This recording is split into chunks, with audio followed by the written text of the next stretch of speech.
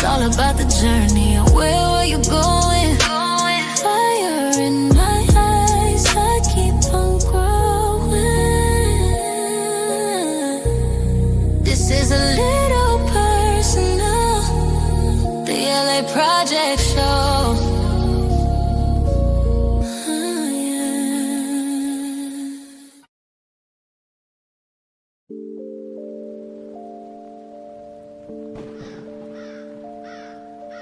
Doctor?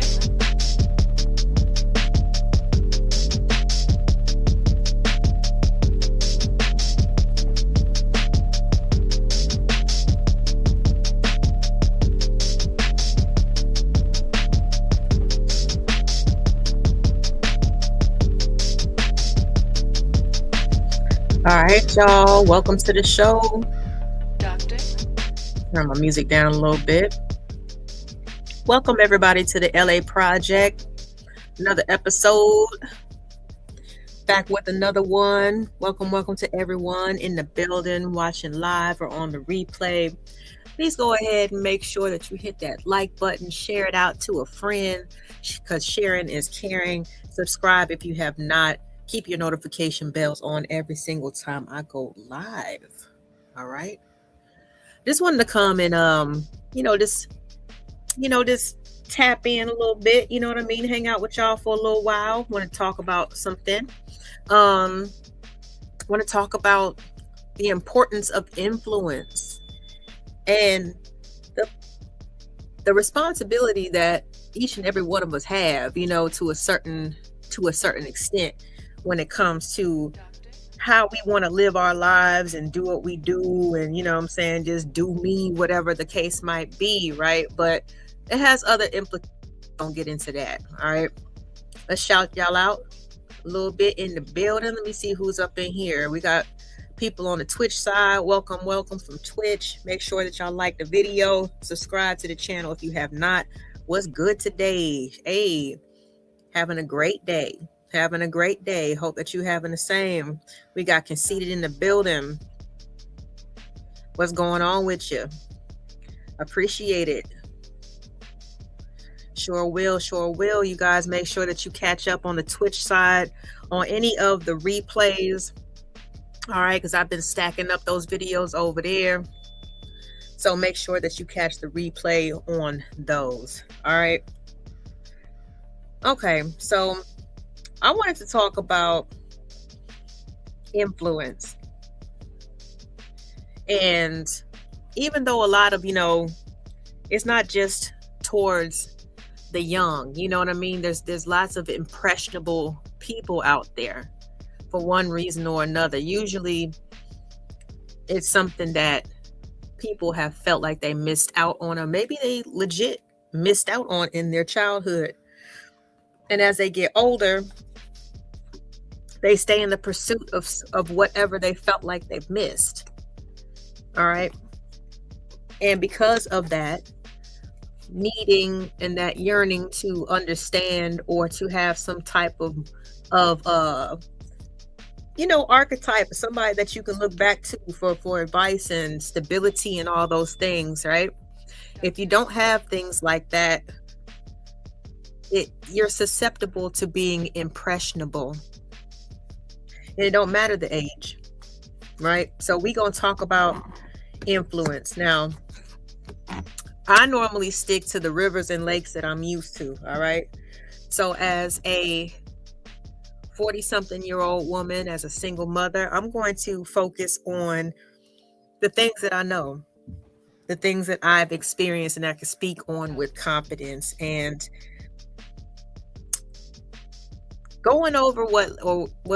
getting ready to go over the content for today. It just made me think about the younger people that I know, including my children, and anybody else that surrounds them, any other younger person that surrounds them. I think about how different it is to live in this generation. I don't know about y'all, but I'm an 80s baby. That's when, people still opened up the fire hydrants to let the kids play.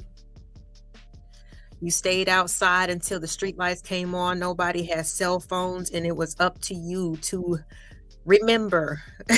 Okay, not only book knowledge, but street smarts, having common sense, all those good things. There weren't smart devices. There weren't ways for us to talk to people from different places in the country or different people in the world. And it's totally different, for the kids that are growing up in this generation. You know what I'm saying? And I I acknowledge that. You know, even with mine, I got teenagers, and there's a different set of lessons that have to be kind of taught that are different than what I'm used to. But as I know, the world is always changing. There's more exposure to everything these days. And I think it's in your best interest if you are a parent that you equip your children and have those conversations, even if you don't want to. We got 187 in the building. Bless up to you. Hope that you're having a great one. All right. So we're going to get into this. So let's just go ahead, because I've only got a few different examples to pull up that we can review today. And, depending on what's going on, with the show, depending on the support that comes in, we get 5 donations to the channel of any denomination. I will open up the panel. But if not, I'm just going to go over the things that I have prepared for y'all, saved for y'all, and we going to go ahead and talk about it. You know what I'm saying? Shouts out to the 18th letter. What's going on, sweetie? All right. So Saucy Santana has done what a lot of artists hope to do in today's music industry, right? He took a viral moment and he turned it into a hit. Now, I'm not 100% sure about the origins of the song Quiet on the Creek, but it was released roughly in July of this year and grew out of a viral social media moment involving Saucy Santana recalling a childhood fishing experience. And the phrase that quickly took on a life of its own, I guess, quiet on the creek. That was, I guess, a part of his experience fishing as a child, and he decided to make it into a song. Now, for me, the conversation surrounding Saucy Santana is bigger than just one song, because whether people want to admit it or not, the people that our children watch matter. And I get it, because when I didn't have kids, I wasn't as focused or hyper vigilant as I am now, of course, but at the same time, I had young nieces and nephews that I would be around from time to time. They ride in my car. I'd take them places, and I definitely was on the censorship tip when it came to what I exposed the little people around me. I know there's time and place for things, but at the same time, I understand that the people who do not have kids, they might have a different perspective on censoring themselves, and also kind of, not encouraging or perpetuating other activities that other adults could, could be having, throwing, participating in, whatever, right? We got Bronzebird in the building. I know. Hey, it seems to get worse. You know what I'm saying? As they crank out and platform new artists, it seems to get worse and worse. It does. Exactly. Because I know Cardi doesn't let her kids listen to her songs. That's how you know it's bullshit. But we're going to get back to the matter at hand. All right. What our children watch does matter. All right. And the phrases that they repeat, they matter.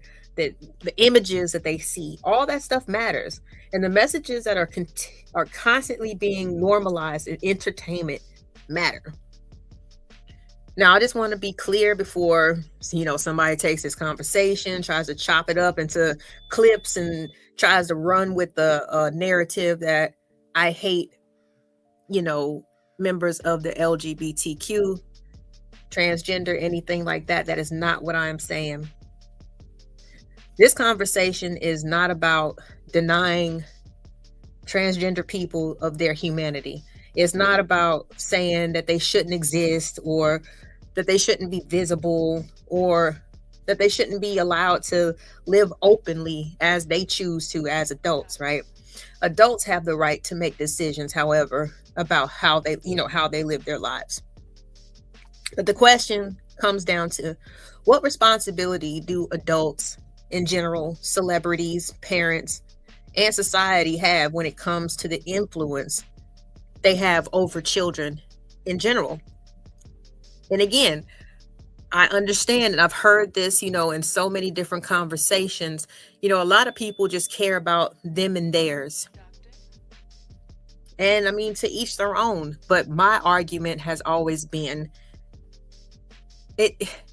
everybody else's is kind of like you like your own, because you never know. Like, these are kids that your kids are going to have to play around. They turn into adults that you have to deal with on many different capacities, and some of those capacities could be legal or vital, like medical care or whatever. It's important how the steps that we take and the things that we encourage and we downplay or discourage. That's important to the whole collective, because we set the tone for society. We say what's okay, and what's okay for for another person's family. Like, you wouldn't have it if it happened to yours. So I think that we need to keep those things in mind, because it's not just about other people's kids, or it's not just about your kids, because other people's kids become members of society, and it is important about what they're surrounded by and how they see themselves in, advertisements, and what celebrities they choose to emulate and things of that nature, right? Now, because there is a difference between teaching young people to respect other human beings and making children feel like they need to adopt adult conversations about sexuality and identity before they are even emotionally mature enough to understand them. All right. This is where my beef kind of comes in, because I don't think that young children should be learning about alternative sexual orientations and lifestyles. That's something that's usually introduced even in the school systems, roughly around 7th grade, something like that. And that's just to give general information and knowledge about how your body works. How your body works, how the human, how our species, how we reproduce and things like that. Because when you have knowledge of what you're doing, you're less likely to make such a detrimental mistake like early pregnancy and STDs and things like that. But I don't want to get too deep into it, but y'all know what I'm saying. I don't agree with the drag queens reading to the to the elementary children. I don't believe in any of that. I don't think it's necessary at all. It's way too early to be trying to introduce them to things like that when that's supposed to be adult activity and adult behavior. And the last time I checked, a child doesn't get into adults' business, right? So trying to, introduce them to, or people to this type of lifestyle and children into this lifestyle at an early age, to me is very problematic. And that's where we kind of cross the line, right? A little bit, because it's not about disrespect. It's not about saying that you can't exist. Like I said earlier, it's just, again, time and place. And what makes a child mentally prepared to even accept a concept like that? All right. So, yeah, there it goes. It's coming out a little bit, but, and I'll show you guys exactly what I mean as we go along. I got some examples, mostly from Instagram, a couple from TikTok, and we gonna talk about it. Now, I don't, I could have opened it up, in terms of my whole stream with my usual pregame. Y'all know I like to pick a song and stuff. I could not find or think of a song that would be appropriate for this. I didn't want to play the Quiet on the Creek song itself, because to me, anytime that you add to the clicks and you add to the views, it's some form of support.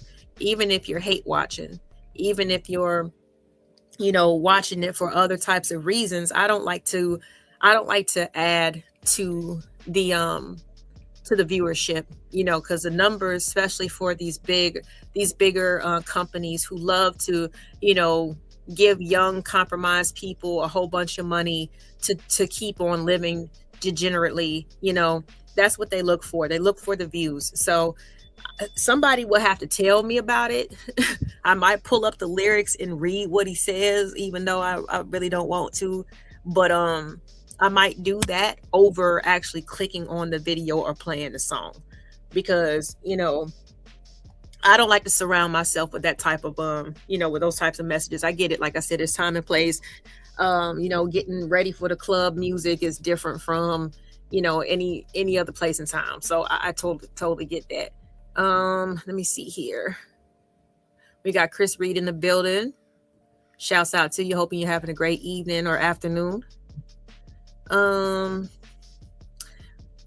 Yeah, I mean, this is something that obviously, I wasn't thinking about. I didn't see Bert and Ernie as adults for some reason. They were puppets. So my child mind, I didn't equate them to being adults, but I mean, they shared a room, but I shared a room, with siblings at the time. So again, I personally didn't think of it at any type of way at the time. But of course, when you think back and you understand, especially how the entertainment business is, it's quite perverted in general. But let's get back to the topic. Let's get back to the topic. And really quick, I just want to take a pause for the cause. We got our first donation on the way to open up the panel. Like I said, we just need 4 more. If you guys want to come up and talk about this topic with me, you're more than happy to do so after we get 4 more donations. But I want to give a quick shout out. Give me 1 second. Go to my app here, because I know I saw it. All right, we got 18th letter. Thank you so much for your Cash App. I appreciate you, sweetie. Let's go ahead and celebrate you right now, and then we'll get back to the content.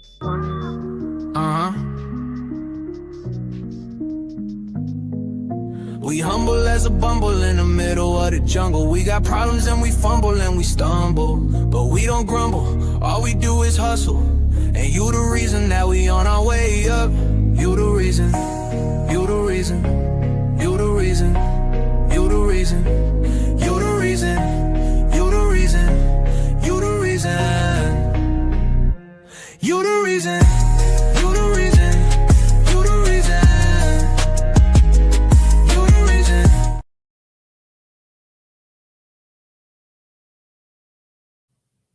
Appreciate nature. Okay, let me just update this banner real quick, and then we'll get back to the topic. So to open up the panel, just need 4 more donations. Let me see.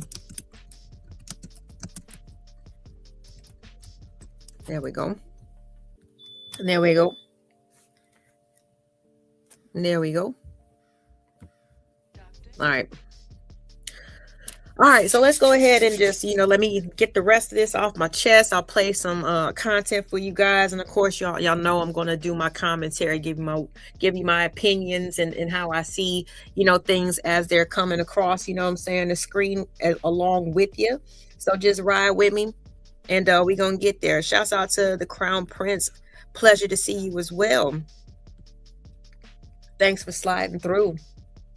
Okay, so we're talking about how influence, is important, especially for, I think in general, but, especially for our children, for the young ones out there. All right, if you say things like, I believe children should be taught to respect, all people in general, have love for all people, including transgender, most, that's the most, most people can understand that, but if you say that you also believe parents should have the right to decide when and how their children are introduced to these complicated types of conversations about gender identity and things like sexuality, suddenly you're being accused of being hateful. And I've seen this in different situations, even on Twitter, when it comes to, you know, young people who are in like middle school, haven't even really went through puberty, and they're having questions about their gender and their identity and things like that. And even through the schools, they will do things to help affirm them, even without the parents' knowledge. And I just think that that is so wrong. These children are, you know, these young people are not able to make, you know, decisions. They're not able to drive, vote, buy alcohol, anything like that. But in some people's eyes, you know, they think that children have the capacity to choose how they want to identify themselves, and especially with their sexuality. I just think that that is that's a backwards thought. Because if they're incapable of doing certain things but capable of doing others, you know, again, we got to start wondering or asking ourselves, like, are we afraid to have those hard conversations? Are we afraid to be accused of being hateful because we would rather something different for our kids or for society as a whole?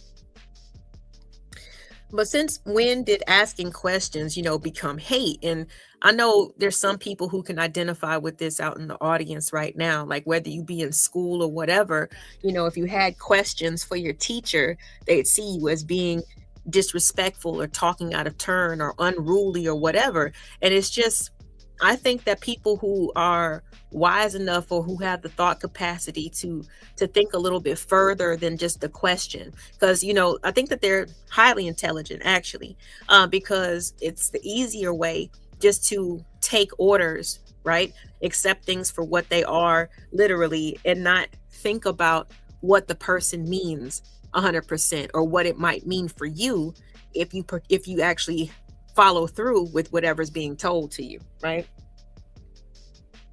But we know that, you know, asking questions in society, that's not really what people want you to do. um but I encourage people to do it more. And I also want to know, when did age appropriateness become discrimination? Again, I just think sometimes in a lot of these situations it happens way too early. And I'm gonna show you guys what I mean in just a second. Let me pull something up real quick. Um because again, I don't see the need for having you know, transgender or drag queens coming in to public libraries or to elementary school libraries and reading to kids. I don't see what the point is. The tolerance to what? This is not what is normally happening in the world. The percentage of people who actually participate or are classified to be in this type of, like, you know, I guess demographic is what, like 3%, maybe not even that. So sometimes it's just more of asking, what are we prepping our kids for? You know what I mean? What are we getting them ready for? Tolerance is one thing. You know, you see how just trying to get everybody used to the same skin color, how that went. That didn't go too well. You know what I'm saying? But now we want to try to say that orientation can be chosen and flipped, and everybody else around them should just accept it. Even the children should get used to it. I'm not really agreeing to that. So let me pull something up really quick. And this is something that I found on Instagram. Because again, I mean, if you're an adult, you can make your own decisions.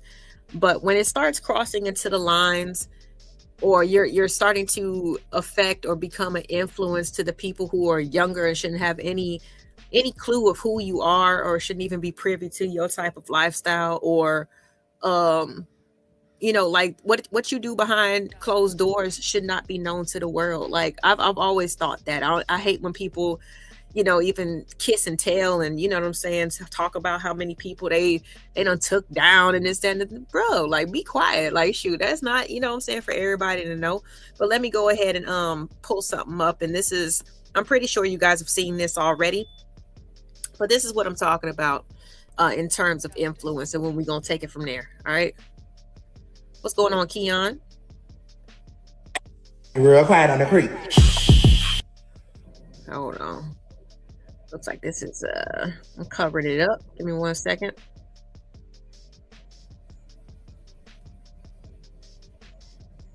All right. So, all right, so let's take this from the top. And I used to go fishing when I was a little girl. You gotta be real quiet on the creek. Quiet on the creek. Quiet on the creek. Quiet on the creek. You gotta be quiet. Fuck no! You got the kids doing this bullshit too? And yeah, I'm glad homie came in through snapping. But y'all have to even listen to what was said in the very beginning. I'm gonna run it back one more time, because even like I said, the confusion is everywhere with this one. You know, because Saucy he opens it up, or he starts it off when, you know, I used to be told this when I was a little girl. Saucy has never been a little girl, but he's surrounded by little girls right now and talking to them like, we're going to redefine, you know what I'm saying? We're just going to rewrite, you know, women history and what it means. And let me teach you how it's done, even though I've never been a little girl. See, this is the part that kind of just, it bothers me, because who are you? And mothers and whoever is the parents of these little girls, what is y'all doing? What is y'all doing? Like, are we also teaching the little ones, by any means necessary thou shalt go viral in order to feel important or special in this world? Like, what are we doing? Why would you let your child participate in something like that, like this? I don't care who it is. If this is what they're doing behind him, yes, him, then like, what else are you trying to teach your child, again, by participating in this skit, in this viral moment, in this whatever you want to call it? What are you teaching them? That you got to do whatever it takes to get attention? Parents got to start really and I can't make nobody want their kids, man. I can't make nobody want to be a parent, but once you are deemed one, once you make yourself one, by God, it is so. So the best thing that you can do is actually appreciate their presence. I don't know about y'all, man, but have you ever seen a kid grow up? Like, go from an infant stage to going to kindergarten to now they in junior high, now they graduating. Like, you know, like that is a really beautiful process. And I get it. You know what I'm saying? Kids are inconvenient sometimes. They're expensive. You know, they can get on your nerves and all of that. But it is your job to let them know that they are enough before they walk out your damn door. It is your job to help them with their self-esteem. Because the world is going to tell them all kinds of things. That they're wrong, you know, that they're not confident, that they can't do something. Or in this case, you can do something. The world is always going to be telling them something that's contrary to what you believe as a parent and where you want your family to go. It's your job to instill this into the little people, dog. It shouldn't matter if they look like their damn daddy. You chose their daddy. Now they exist. Are you going to punish them? Or are you going to help build them up so they don't get caught into doing whatever for attention? These kids is young. And I get it. Some of them are a little bit older than others, but aren't any of them, if I could guess, none of them are older than the age of 14. And we got Saucy in the front talking about, this is what I was told when I was a little girl. And Saucy Santana was never a little girl. But let me continue with the video, okay? Because like I said, we talking about the importance of influence with these young people. Because when we get on panels and we talk to these adults who have crazy mindsets and they make crazy comments and make crazy jokes, you got to understand their influence when they was growing up probably was trash. And that's why as grown adults, they think that, you know what I mean, everything when it comes to an interaction, especially online with an adult, is just a bullying session. You know what I'm saying? You're supposed to be built for certain shit. You're not supposed to act like you got any common sense. You know what I mean? Like all that stuff is out the door. You're basically a big kid with a bank account. That's what a lot of adults are showing children. They're not showing the rites of passage. They're not showing the difference between having a young mind and a wise mind. They're not showing the difference. A lot of adults are actually stuck in their youth in one way or another. And just because, like I said, they have a way of making some decent money and being able to afford some stuff, it really gives them, certain people, license to just act a damn fool and not care about the people who are looking up to them or who they are influencing them, whether they want to or not. Because it's not really our choice in terms of who we influence. If you got one of those personalities, or your presence is magnetic or it's dynamic, somebody is going to look up to you. Somebody is going to want to emulate or be something like, understand you, get to know you. They're going to be influenced by you. So it's not really up to you. Okay? It's not up to you if you want to be an influencer or not. Because if you have something that's a little bit different than somebody else has seen before, been exposed to, or has access to, you're gonna stand out. Yes, though, I mean, there's certain people who doing that. I believe that's what they call misanthropes. Look it up. A person who has genuine and general hatred. A person who has general hatred for other people. That's not a general thing though. That's kind of specific, like a sociopath or something like that. Like a lot of people, I think in general, a lot of people have the capacity for empathy and sympathy and things like that. Now, do they find it valuable to exhibit? That's something different. But I don't think that in general people hate people, but there are a certain group of people who do have a general hatred for people, and they are called misanthropes. And I used to go fishing when I was a little girl. You gotta be real quiet on the creek. Quiet on the creek. Quiet on the creek. Quiet on the creek. Gotta be quiet. Fuck no! You got the kids doing this bullshit too? Y'all letting Dick Ross, Dickie Rose get away with this shit? This nigga wear a size 17. You see that nigga big ass feet? You got kids bouncing their chest? And y'all clapping for this nigga?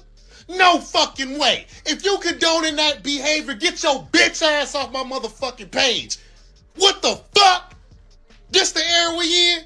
Huh? This ain't no motherfucking joke. That shit is weird as fuck.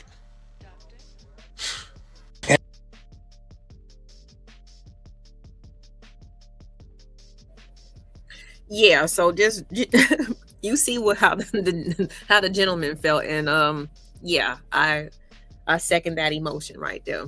It is weird. Again, parents, we got to do better. You know what I'm saying?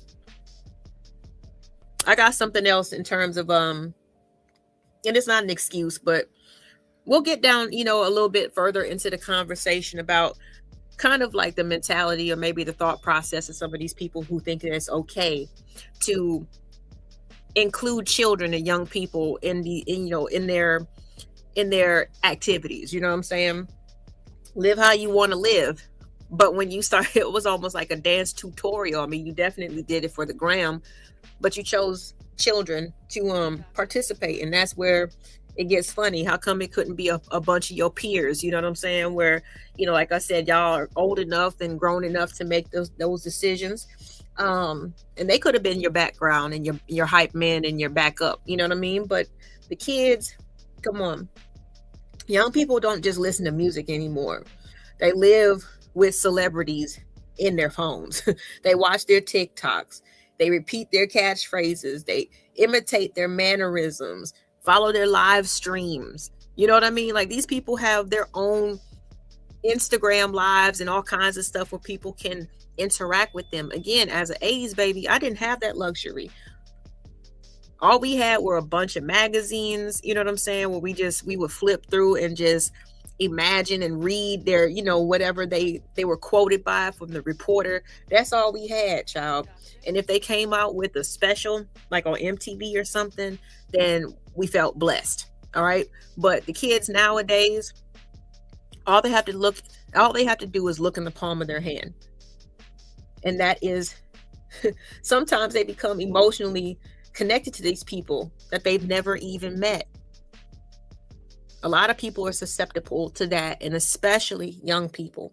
And that is influence. And whether an artist intends to influence children or not, once children are consuming their content, influence is happening.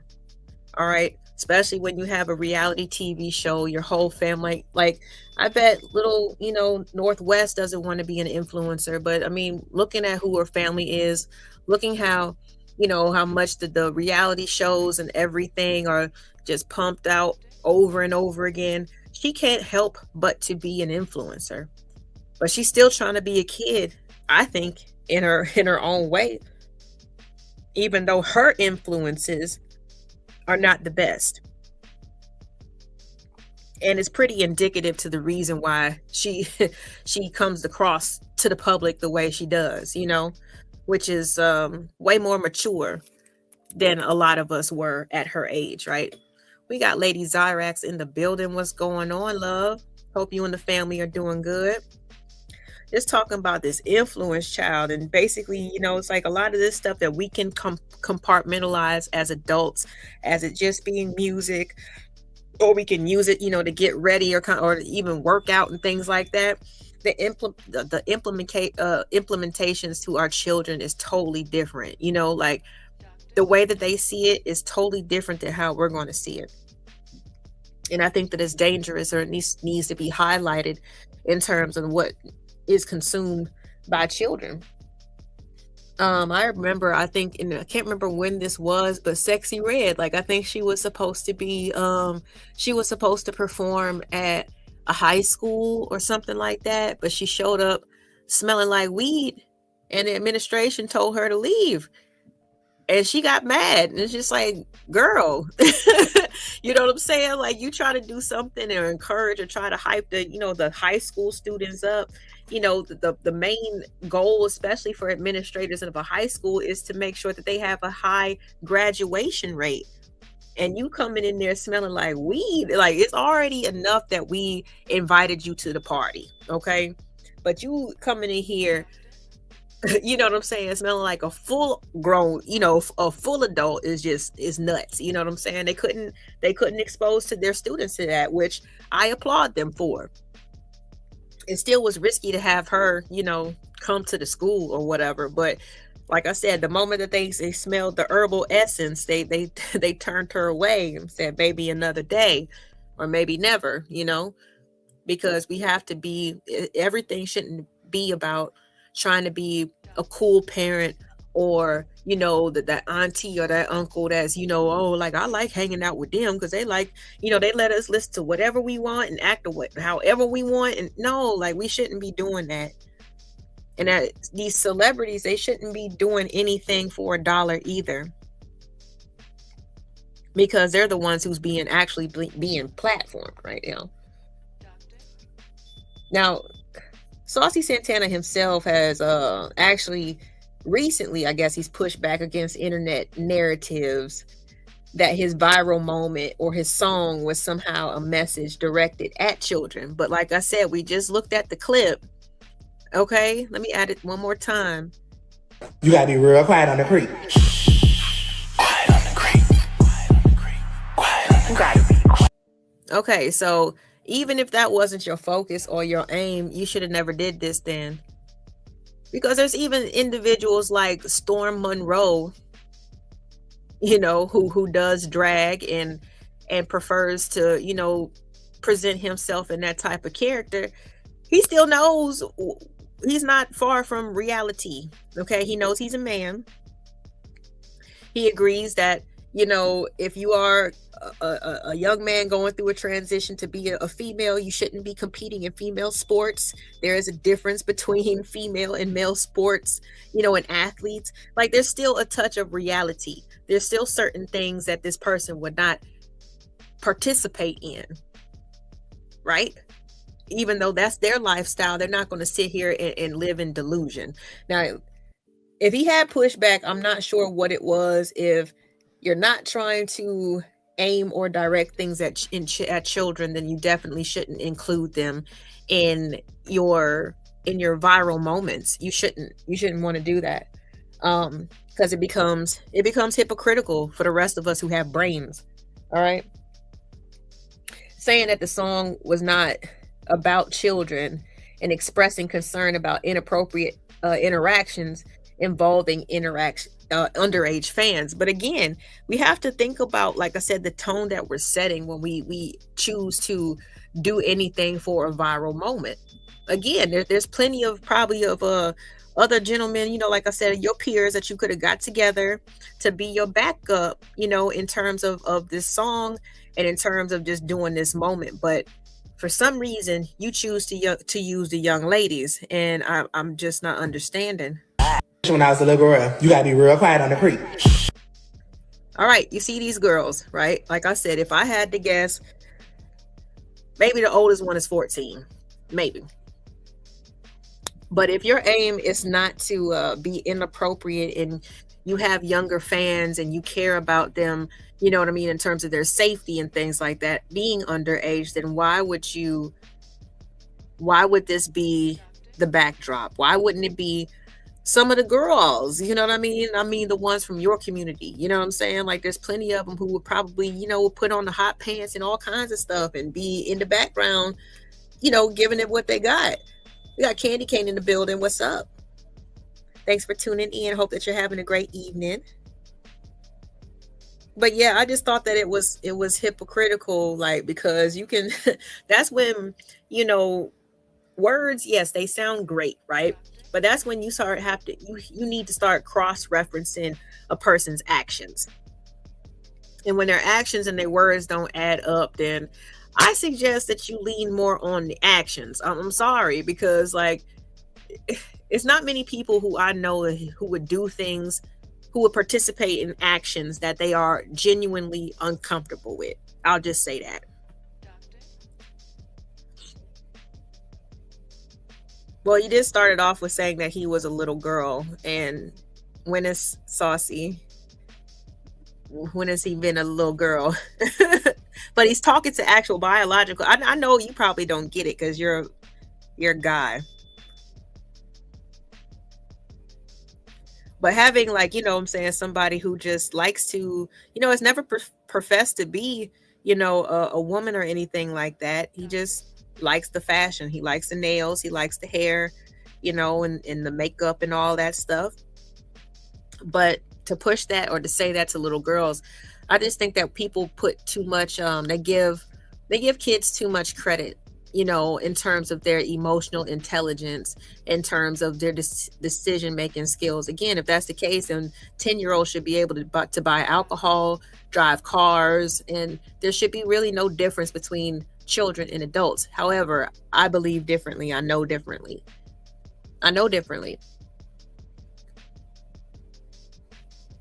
So I don't put the responsibility on young people to know that, okay, this person's just having fun. You know what I'm saying? That's just how he decides to live his life. I don't put that much pressure on children. I don't give them that much credit. Kudos to you if you think that children are geniuses in general, but I know better, and I believe that you do too. All right, we got Poothie Williams, Saucy So T. I mean, again, live your life, you know what I'm saying? Living your truth, but I don't believe that, like I said, introducing it to kids is the wisest thing to do. And influence of what these kids are seeing constantly, it does matter. It does matter. And it shouldn't matter if you have children personally or not. you were once a child, and I don't know how you would feel or how confused you might have been, you know what I'm saying, just being around certain things. So I just think that kids should be focused on schoolwork, learning how to be functional members of society, meaning, cleaning up after yourself, being responsible for other people, meaning like your siblings, a pet, household chores, things like that. You need to have some type of faith and religious system. So I believe that most kids need to have, some type of background when it comes to that. And just, figure, I mean, you haven't even made it through puberty yet, and people are already trying to push sex down your throat. Like that's too much. That's too much. So let's get back to this content. I got a few other things that I wanted to show. All right.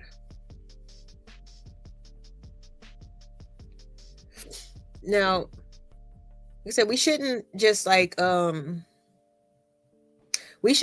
make up intentions that someone hasn't expressed. Like I said, I'm not saying that, Saucy Santana is trying to, teach young boys and girls about this certain situation. I just wouldn't have included them in the video, So I don't want to come up with different intentions, what I'm saying, that he might have.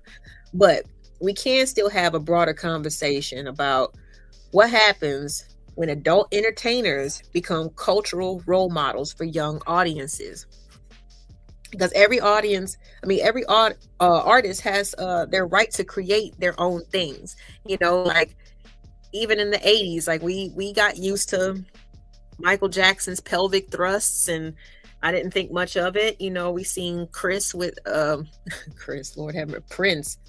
We saw Prince with his androgyny, and we accepted him just the way that he was. But he was they're both doing adult things. You know what I mean? Their videos, especially Prince, was hypersexual and had, lots of women and things like that. So I ain't really see, him as being anything but a little weird for wanting to do his hair like that and wear eyeliner and things like that. But, we were kind of still exposed to certain things, right? So we're not saying that like artists can't create things, but parents also have the right to ask, what is my child watching? And who is shaping my child's understanding of the world? I believe that is a parent's job, and I get it. There's a lot of parents who, they don't have enough time and money to dedicate both to their kids. That's one of the hardest things,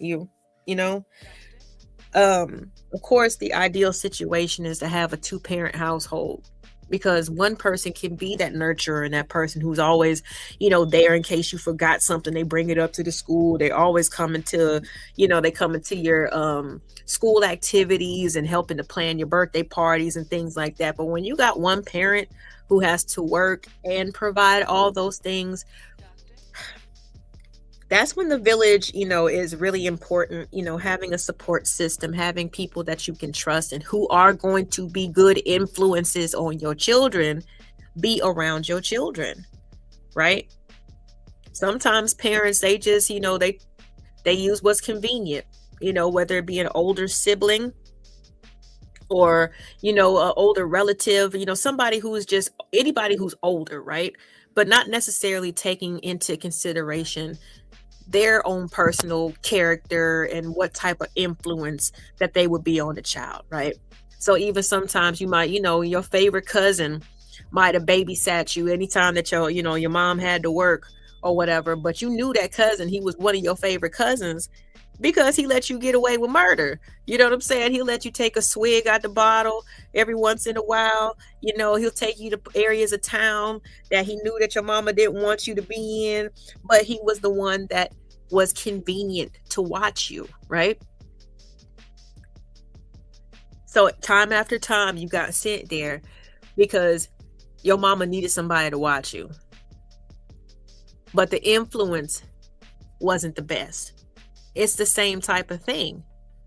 So when we think about these kids, being surrounded and saturated with social media and, you know what I'm saying, comparison culture, and constantly seeing all these, like, even young, content influence, social media influencers. These people be, some of these kids be young,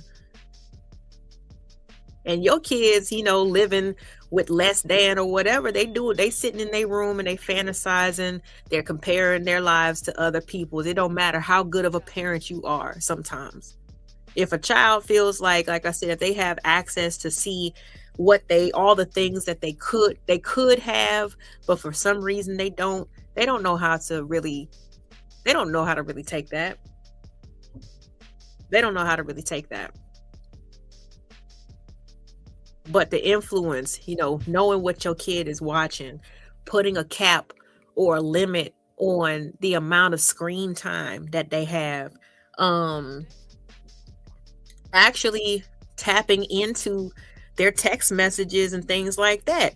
Yes, I believe in all of that. Like, shoot, if you are a child and you live underneath my roof, you have no privacy. Okay, you do to a certain extent, but not when it comes to that social media stuff, because there's too many rabbit holes that kids can go down, you know what I mean, in terms of just being able to see stuff and learn about stuff, and like I said, not knowing how to understand stuff. Like, it's deeper than what y'all think.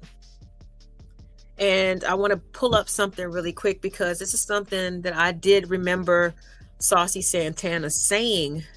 This was I believe the first year that they had him on Love and Hip Hop. So I believe that was the Miami season, when they opened up and did Love and Hip Hop Miami, and they had Saucy on there. I do remember this clip. I had saved it a while ago, and I recently found it. So I did want to play that, because like I said, influence is more than what people really put on put importance on. Yes, man, that nigga had his chaps on, ass cheeks out, like everything. We were just like, oh, that's just Prince. But Prince always had some beautiful women around him. So like I said, I didn't think nothing about it, you know what I'm saying? Versus a gentleman who refers to himself, like I said, when I was a little girl, this is what they used to tell me. And he has a full beard, makeup, nails, BBL, everything. Okay, I'm not trying to get on him. Let me take this out of the studio and let me pull this up, because like I said, it's important to know what your child is watching and who is shaping the understanding of that child's world. Yeah, it is quiet on the panel at the moment. We got 4 more donations to go, because y'all are not about to stress me out for the free 99. We got 1 down. Appreciate your 18th letter. We get 4 more donations, I will open up the panel. But other than that, I always got something to talk about. I know how to run my mouth. I know. I'm trying to tell you, I'm mad that I missed him when he was in Vegas, child. I remember when the whole symbol was on the side of the hotel and everything. He had his residency there. Okay, let me pull this up. We got Trey Wilson in the building, popping in on the vertical side. What's going on? Nothing much. Hope that you're having a great evening. Just going over some, just having a conversation about influence and the power of it, whether you be a child, well, especially if you're a child, but even as an adult, you know what I'm saying? Like, we got to be careful what we expose ourselves to, or what we allow, us to become fans of or surround ourselves with. Because I don't know what the hell going on, but this is definitely a trend. But let me pull something up that I found. This was a while ago. Where is it? I know I got it.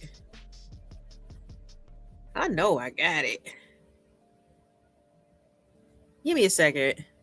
Because I know I checked all this before I started the show. Okay, give me a second, you guys. All right, I'm going to pull this up and I'm going to have this play in the meantime. While I get the I get the other video downloaded because I could have swore I did, but I guess not. All right, let me get this pulled up.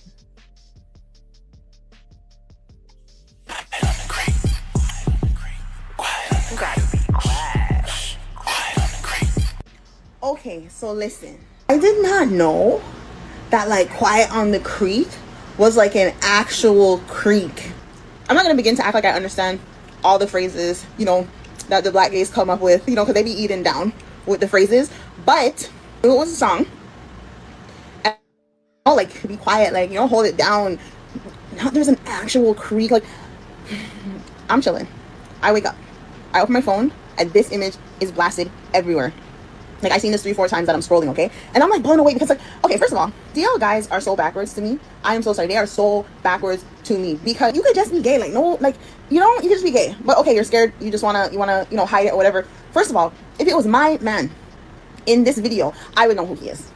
If it was my man with a ski mask on and some boxers, I would know who he is, okay? And then it would be loud on the creek. It would be loud on the creek. And ladies, tell me you would know if that was your man in the comments, because I would know. There's no and I'm not even gonna lie to you. If I was a DL man, this party looks lit. What do you mean?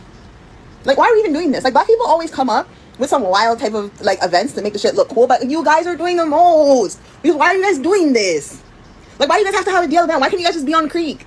No, you guys are on the creek with ski mask, like shiesties, because you're DL. This video is just a strike up conversation, no hate speech, close curtains. Who said I need permission?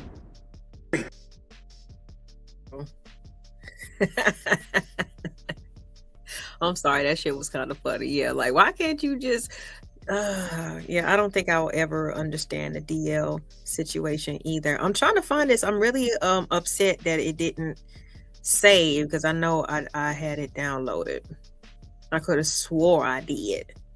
Let me try to find this again, because again, I really do think that, you know, influence is everything. As kids, we need something to look at as a type of representative or model, especially for certain behaviors. Even when it comes to, like, you know, the way that a woman walks or something, she might emulate the way that, you know, her mom or her grandma or whoever, you know what I'm saying, whoever she was watching probably helped contribute to the way that she walks. You know what I'm saying? Like, influence is a big thing. And a lot of us, they think, you know, they would say, oh, like, no, I got here by myself. You know what I mean? I got it out the mud. Somebody, you emulating somebody's behaviors. Let's think about the street dude, you know, or somebody who joins a gang.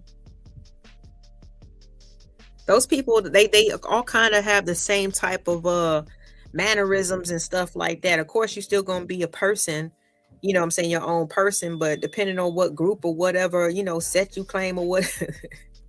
Let me stop, because I don't speak that. But you know what I'm saying, depending on who you choose to be affiliated with, like, they gonna influence you, man. Oh my goodness, where did I put this? This is really making me mad. All right, give me 1 second. I do see this as well. Oh, okay. Y'all just ride with me here for a second.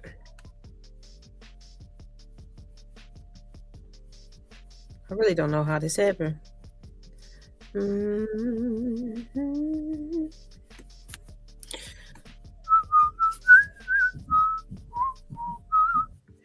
me see here. All right, I'm gonna have to try to see if I can find it before the end of the show. Gosh, dog it, gosh, dag it, I swear. But it basically was a video of Saucy and his which one is that? No, I'm talking about Saucy Santana. And no, dude, he might look like a lady, but no sir. No, sir. I was trying to find the video of Saucy and his mom sitting, and they were talking about, like, basically like his whole lifestyle and stuff like that, because she felt bad. You know what I'm saying? Like she wanted to sit down and eat a meal, have a meal with him. They're close, in terms of their relationship. They're on good speaking terms and all that good stuff. But the mom, she was just like, she felt bad, you know what I'm saying? Because of just basically not how he turned out, but kind of how he turned out. And, he kind of let her know that, I guess like during the times where she had to work and, to take care of him and stuff like that, the person that she left him with, was not the most trustworthy person. And that's why I just be wondering. Ooh, there it is. There it is. Okay, great. Now I don't have to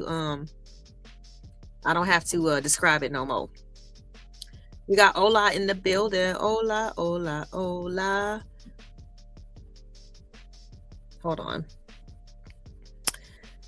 Don't take this the wrong way. Parents sometimes let their kids do what they want in return, that they don't put them in a nursing home when they get old. I don't know. I mean, to be completely honest, a lot of them kids that was born during the Great Depression and, their parents couldn't really provide much for them at all. Like, they always took care of their parents. Like, sometimes you understand that even though like your parents, they might have been a little rough, with you or whatever, it was because of circumstances. And when you get older, you have a different appreciation for them. And when you see how weak other motherfuckers are around you, depending on how strong and self-sufficient you are and how much you've been able to accomplish, you actually appreciate them for being hard or tough on you. So let me get this pulled up because I did find it. Let me see here. I do have it.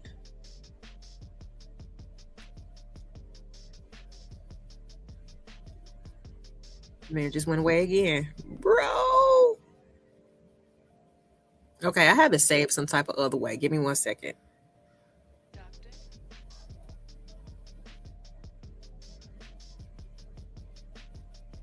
This really bothers me. So I just saw it.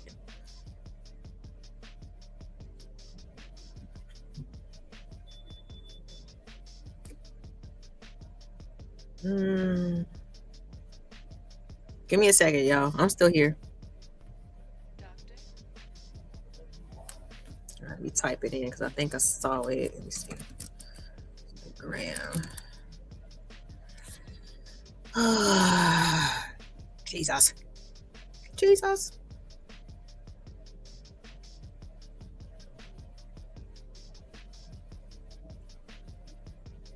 And now it's gone again. I'm mad at myself, but it's okay. So I should have just clicked on it when I saw it. And now I can't remember how to get back to it. All right. No worries. Let me pull something else up.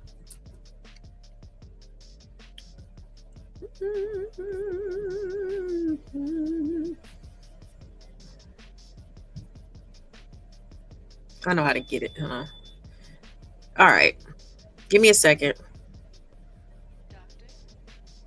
I see it here. Let me rename it.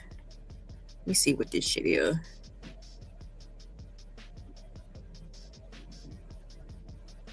I got it. Give me a second.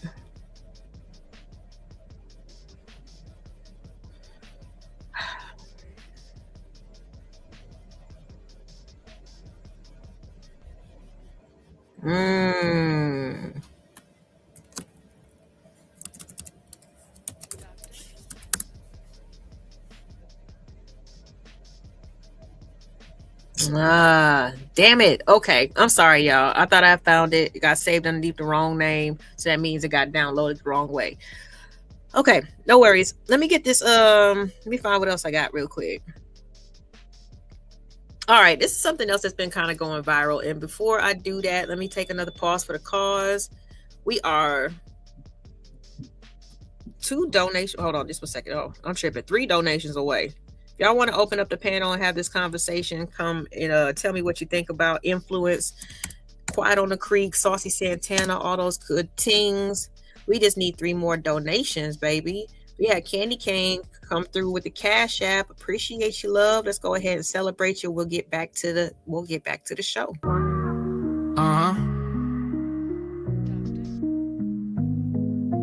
We humble as a bumble in the middle of the jungle. We got problems and we fumble and we stumble, but we don't grumble. All we do is hustle, and you the reason that we on our way up. You the reason, you the reason, you the reason, you the reason, you the reason, you the reason, you the reason, you the reason, you the reason, you the reason.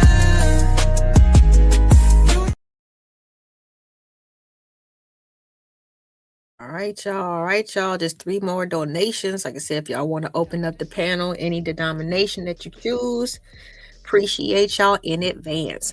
Now, I know this is something else that was going viral not too long ago. Is another thing that I've had saved in my archives, but y'all tell me what you think about this. I thought that this was and that's why I just don't understand what's going on in the world today, period. I mean, are men and women just that tired of each other, where it's just like anything will do, and what normally makes sense, what's up is down, and what's right is wrong? I don't be understanding. But let me get this pulled up real quick. Y'all tell me if you've seen this or not. I'm pretty sure you have, but I had it saved, so I'm finna use it, especially since I can't find the other one.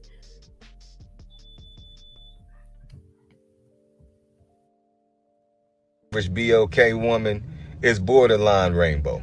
What do you find feminine about a strong, independent woman that weighs more than you who cosplays a drag queen?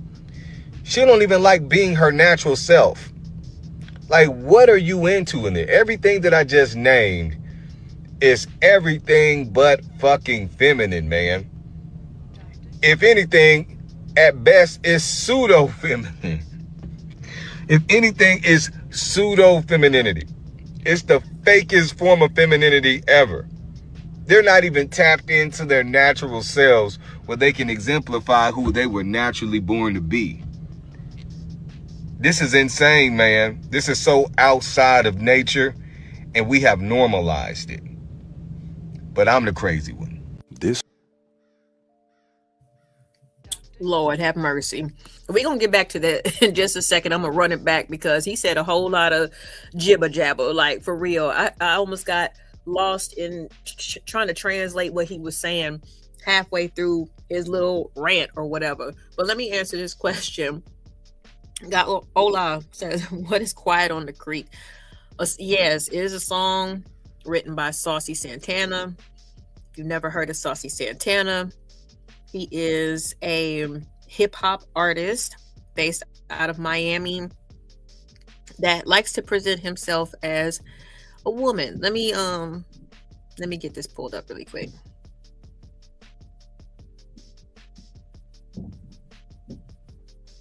Hey. What's up? My bad. I didn't mean to interrupt. You know what I'm saying? Yeah, brother. Okay. You have a good time, my bad. Hit me after. Okay, can you send me Apple Pay? Yeah, I got you. You want 10,000? I got you. Yeah, okay, thank you. I'm so excited. Thank you. Okay.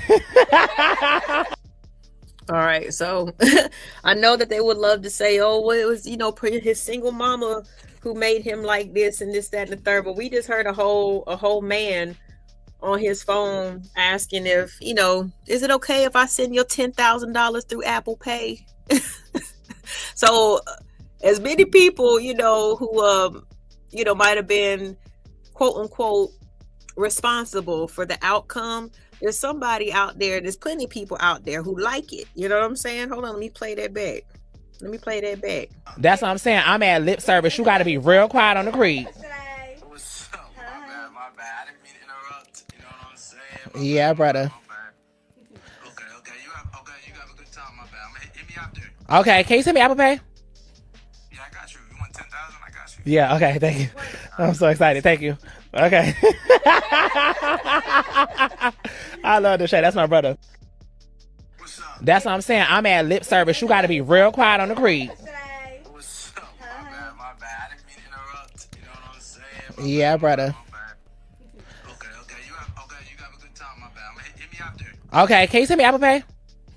Yeah, I got you. You want 10,000? I got you. Yeah, okay, thank you.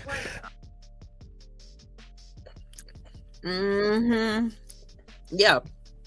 and calling them brothers and all this other shit. I just, again, it almost seems like, you know what I'm saying, some men definitely appreciate and like the company of other men. You know what I'm saying? Like the women, that's just the front, you know, that's just like for the public eye type of situation, because they don't all look like Saucy. You know what I'm saying? They don't all look like him. There wouldn't be such thing as a DL man if they all were obvious with the wigs and nails and hair. But they do come in different forms. And sorry, that's who he is. Let me put this one back on the screen. Y'all tell me what you think about, you know, black men who find the average black woman. You know, if you find the average black woman attractive, you borderline suspect. Y'all tell me how you feel about this. I'm gonna try to listen to what he said again, because again, he just said a whole bunch of shit that he thought sounded intelligent, but it was all confusing to me. So let me just try one more time to understand what homeboy said.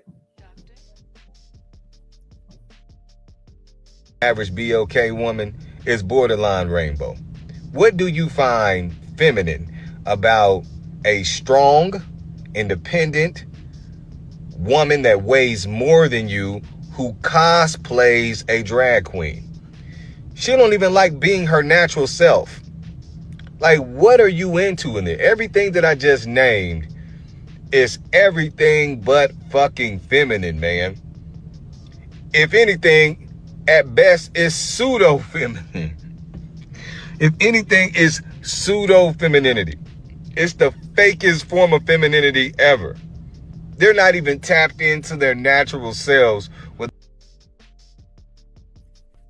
I know he's probably referring to the natural hair and wearing no makeup and things like that. But when you look at their Instagram likes list, okay, every picture is going to have a booty out. It's going to be airbrush skin. It's going to be even the more natural makeup beat, okay? It's going to be the long extensions. It's going to be something. They're always going to sit there and perpetuate and like something that they claim they don't want in their lives.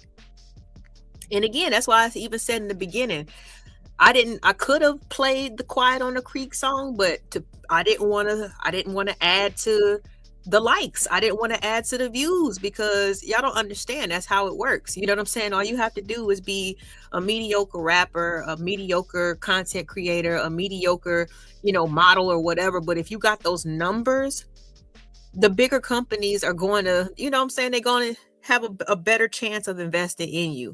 And I'm not down for adding to the numbers, because people who add to the numbers, whether it be out of curiosity or whatever, you help make these people famous. You help to put these types of thought processes and everything else out there. So no, I'm good on Saucy.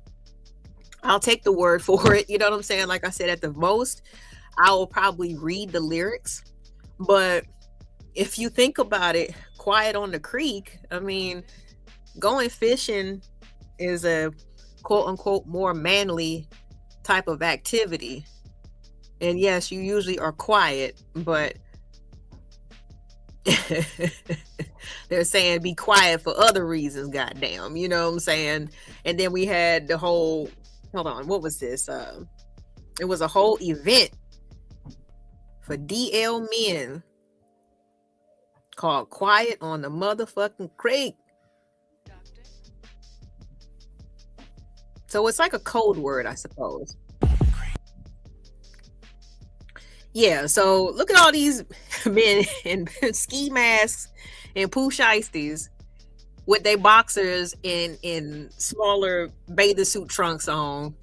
Quiet on the Creek, DL Pride 2026. All right. So I'm not saying that this is, you know, what they mean by quiet on the motherfucking creek, but I'd say that's what they mean. Okay. So if you got an individual like Saucy who made a whole song about it, and then you see him about to get, you know, Apple paid $10,000 from his good brother, you can only imagine the type of dynamics that are happening with that statement. Okay. Ooh, these chips are good. All right. me put this back up there. They can exemplify who they were naturally born to be. This is insane, man. This is so outside of nature, and we have normalized it. But I'm the crazy one. This whole video, I was waiting for him to say that this was a joke. I thought at some point when he was talking, he was gonna cut out and say, this was a video that I seen somebody post. But he really said that. He really feels that. And my question to you, brother, because I'm not gonna sit here and try to tear you down. What is it about black women that gives you such a strong opinion like this? Was there one that you came across that made you feel like less than a man? And I'm not even saying that as a joke. I'm genuinely asking, would you rather a weak black woman that has nothing going for herself so you could belittle her and start to control her? I'm just trying to wrap my head around why you would make such a statement like this. As a black man, the bare minimum from us is to protect our black women. The bare minimum. So what's the reasoning for this? Respectfully, of course. No.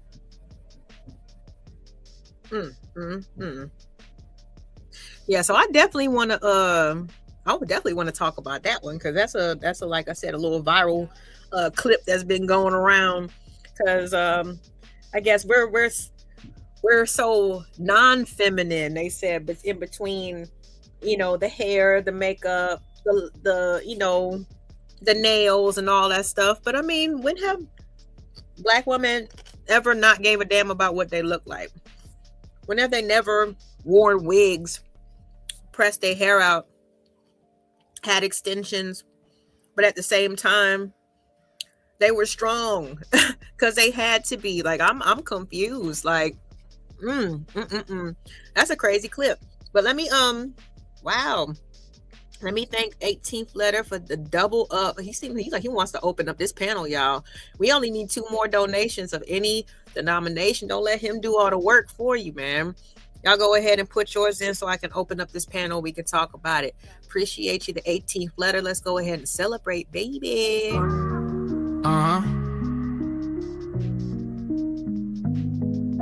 We humble as a bumble in the middle of the jungle. We got problems and we fumble and we stumble, but we don't grumble. All we do is hustle, and you the reason that we on our way up. You the reason, you the reason, you the reason, you the reason, you the reason, you the reason, you the reason, you the reason.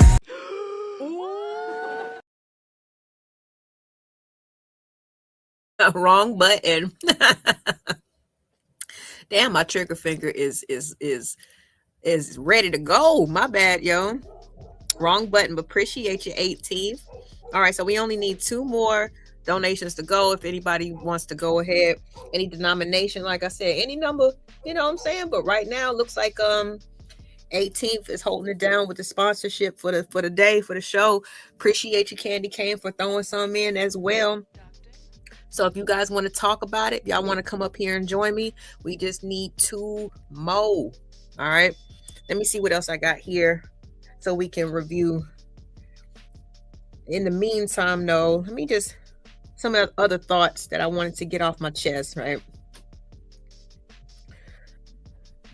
Yeah, so it's a bunch of you know, like I said, we can try to say it one way or the other way. I'm not sure how people got there. I'm gonna really look for that other video that came from Love and Hip Hop, because again, I think it's a great way of tying in the whole fact that influence does matter, because Saucy was telling the story, or telling his mom, having a conversation with his mom to basically let him know that, you know what I'm saying, like the person who was his babysitter, who, you know, was responsible for, you know, making sure he was safe and he was good while his mom was working to take care of him.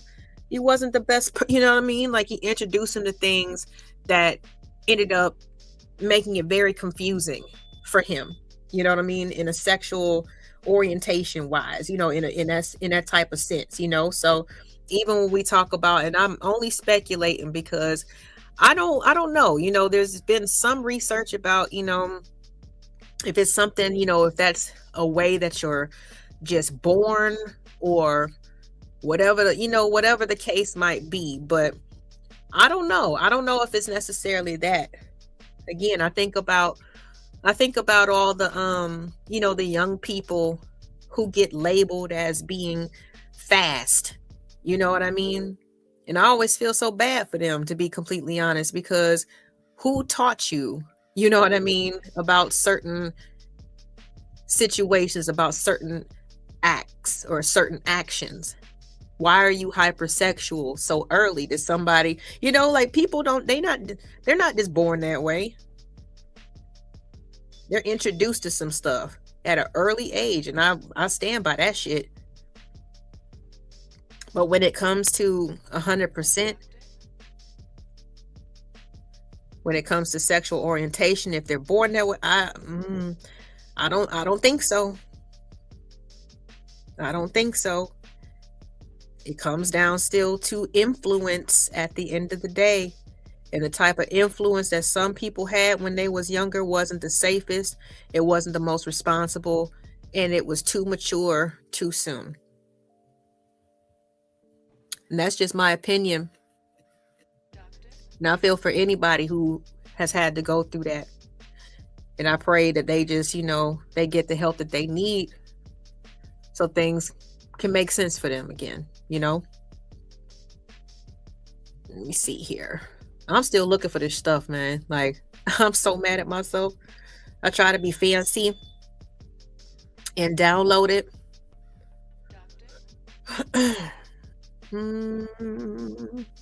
Maybe it's this one. Like all these folders. I think it might be this one.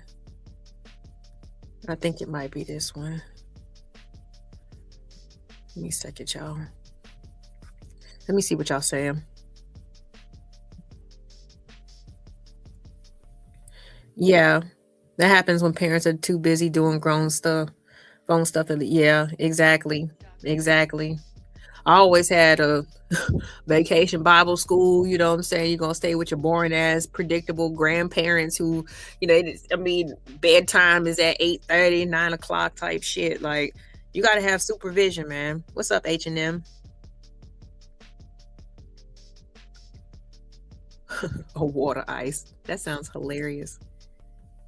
A water ice. Come on. This is really making me mad, y'all. And I'm mad at myself right now.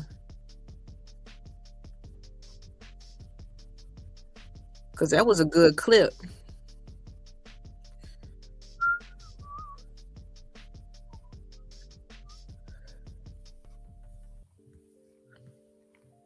I'm still looking, y'all. What else?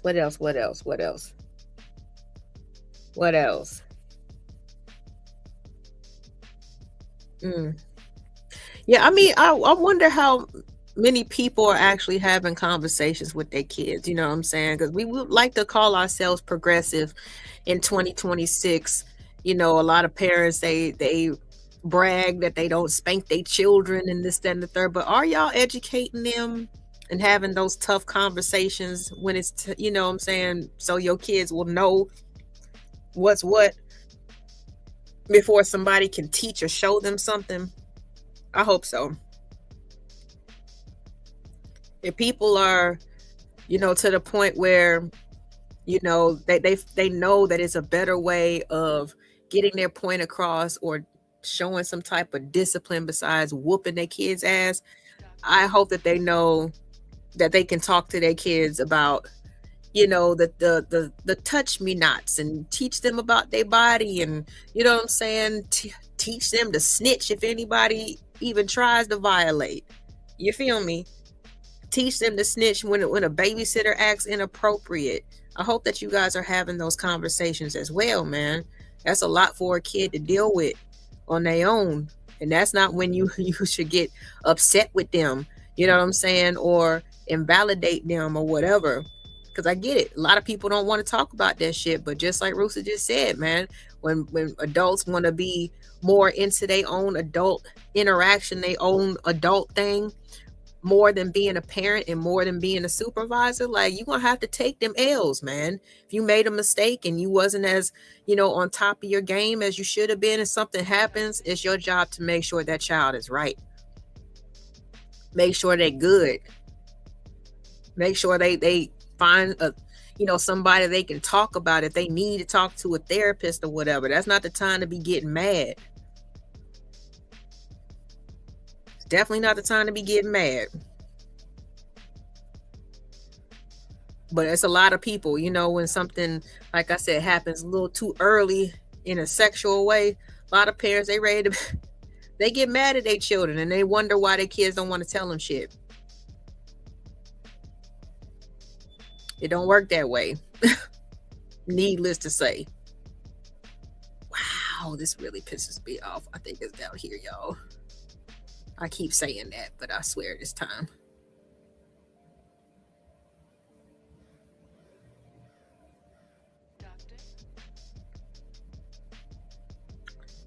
Ooh. Oh, I found it. Thank you for your patience, y'all. Thank you for your patience. Okay, I'm gonna go ahead and pull this up. And this is, like I said, this is a conversation that Saucy Santana and his mom was having on Love and Hip Hop, I believe on the first season for them, when his character was introduced. And just kind of like giving his, opinion, and just telling her how she felt about how he felt about his childhood and things like that, and the things that happened to him. So let me get this pulled up, because I knew. I'm glad I kept on looking, you know what I'm saying? Because I did find it. Let me get this pulled up before I lose it again. Okay.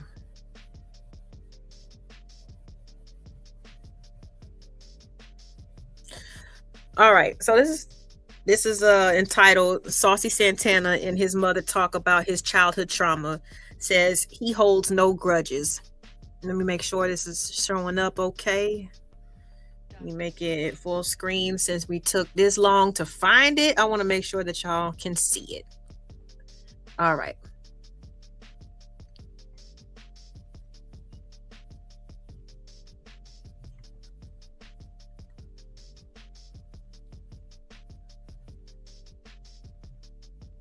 Some of the abusers admitted their part in the entire ordeal, but the one predator blamed my son. Like a 9-year-old would want to be violated by an older cousin in that kind of way. I truly believe this situation opened the door to change my son's sexuality. It's deep. Beginning of the innocent stolen. Families don't talk about it. I think that family's sweeping under the rug. Do you still know the person? Are they still like the family member? I'm past it. Like, I don't have no grudges. It could be because I grew up in it. It could be because I was groomed or manipulated. So you kept doing it after the situation happened? Yeah, this was She like was 9 years from old, so like 9 to like 16. Yeah. Damn. Today, I don't have no. Whew. All right, so not only this happened from the ages of 9 to 16, this was a cousin that did this to him. A cousin that they probably still, is probably still walking around free, and, they might actually see or encounter from time to time.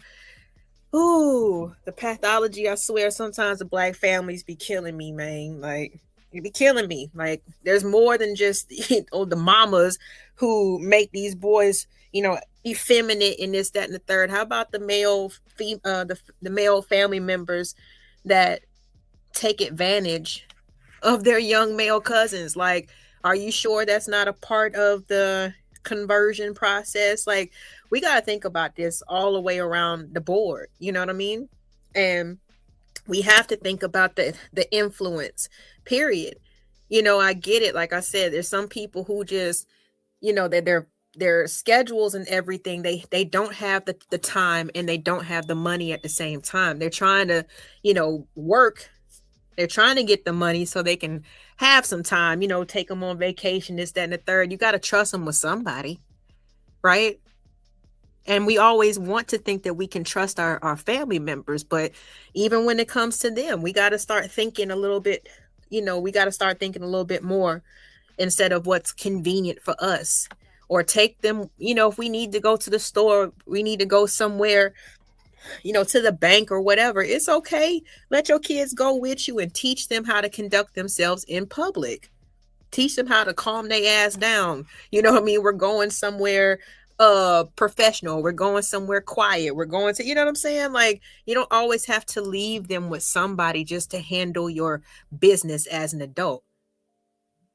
My kids used to go damn near everywhere with me.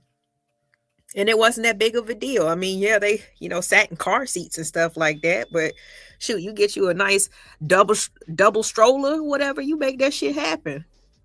You take them with you. Nobody watched my kids for real until they were old enough to go to preschool. Because I had to go back to work at that time. You know what I'm saying? Didn't work for about, until they're about 3 or 4 years old. But shoot, gotta, still gotta make sure that Christmas and everything else was doing right. So it's like, yeah, when they were ready to go to preschool, but that's after, like I said, I had those conversations with them. They were old enough to talk to me in case something happened. They had, they had the knowledge. They knew, what I'm saying? Like, I can talk to mom about anything type shit. Or, if this happens or what, somebody shouldn't be doing this and somebody shouldn't be, I'll let them know all of that stuff. And sometimes it does come at a sacrifice, I took years off, in terms of working just to make sure that they were, we had them covered. If I wasn't watching them, then their dad was watching them, but when we both had to go back to work, then it's just like, okay, we got to put you in preschool, but at least you know how to communicate if something does happen. And a lot of people don't want to take those. They don't want to take those types of hits. They don't want to make those types of sacrifices, but I ain't give a damn, because I swear to God, if somebody, what with mine? Oh, I'm already fanatical about, like, I'm saying, my nieces and nephews and stuff like that. But nah, yeah, if I heard anything like that, it would be, it wouldn't be good. I'm gonna just say that to not incriminate myself. But let's continue on with the clip, and then I'll see what you guys were saying in the chat. Give me 1 second.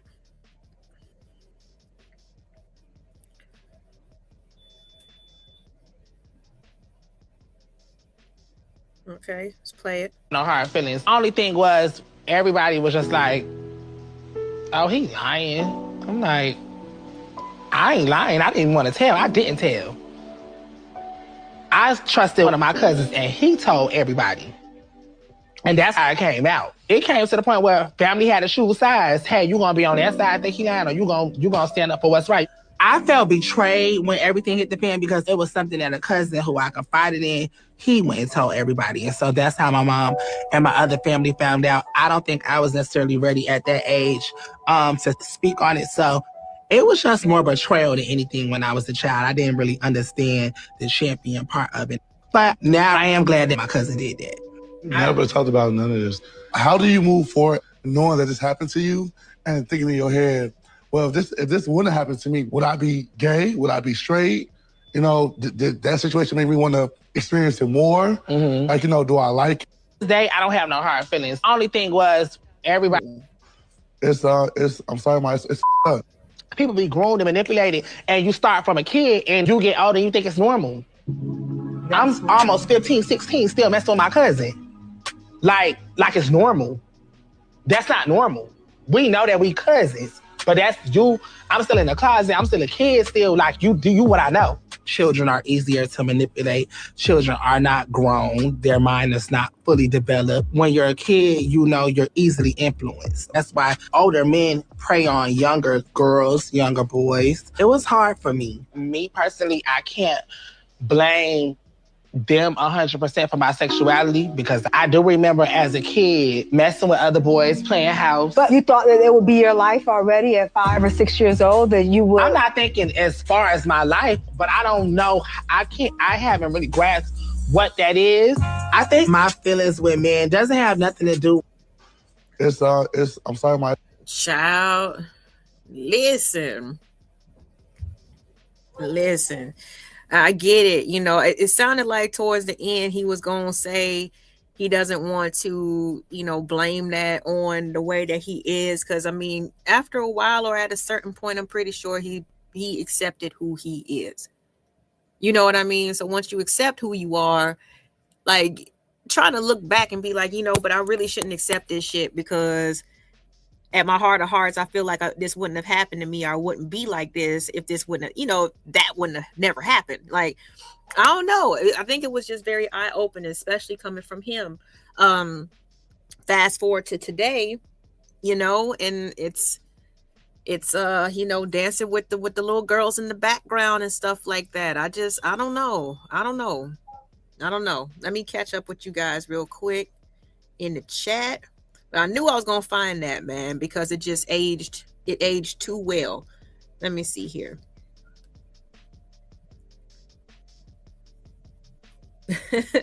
All right.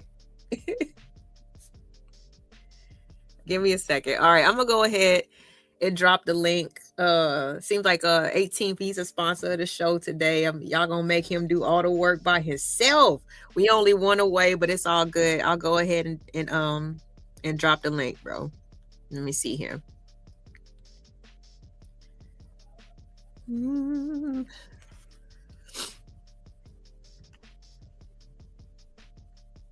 All right. Okay, so if you have something on the topic, like I said, just in terms of this is a conversation about just influence, period. You know what I mean? Because like I said, it seems like it was more of an absence, even though, single parents, they get the rough end or the short end of the stick when it comes to any type of scrutiny and stuff like that.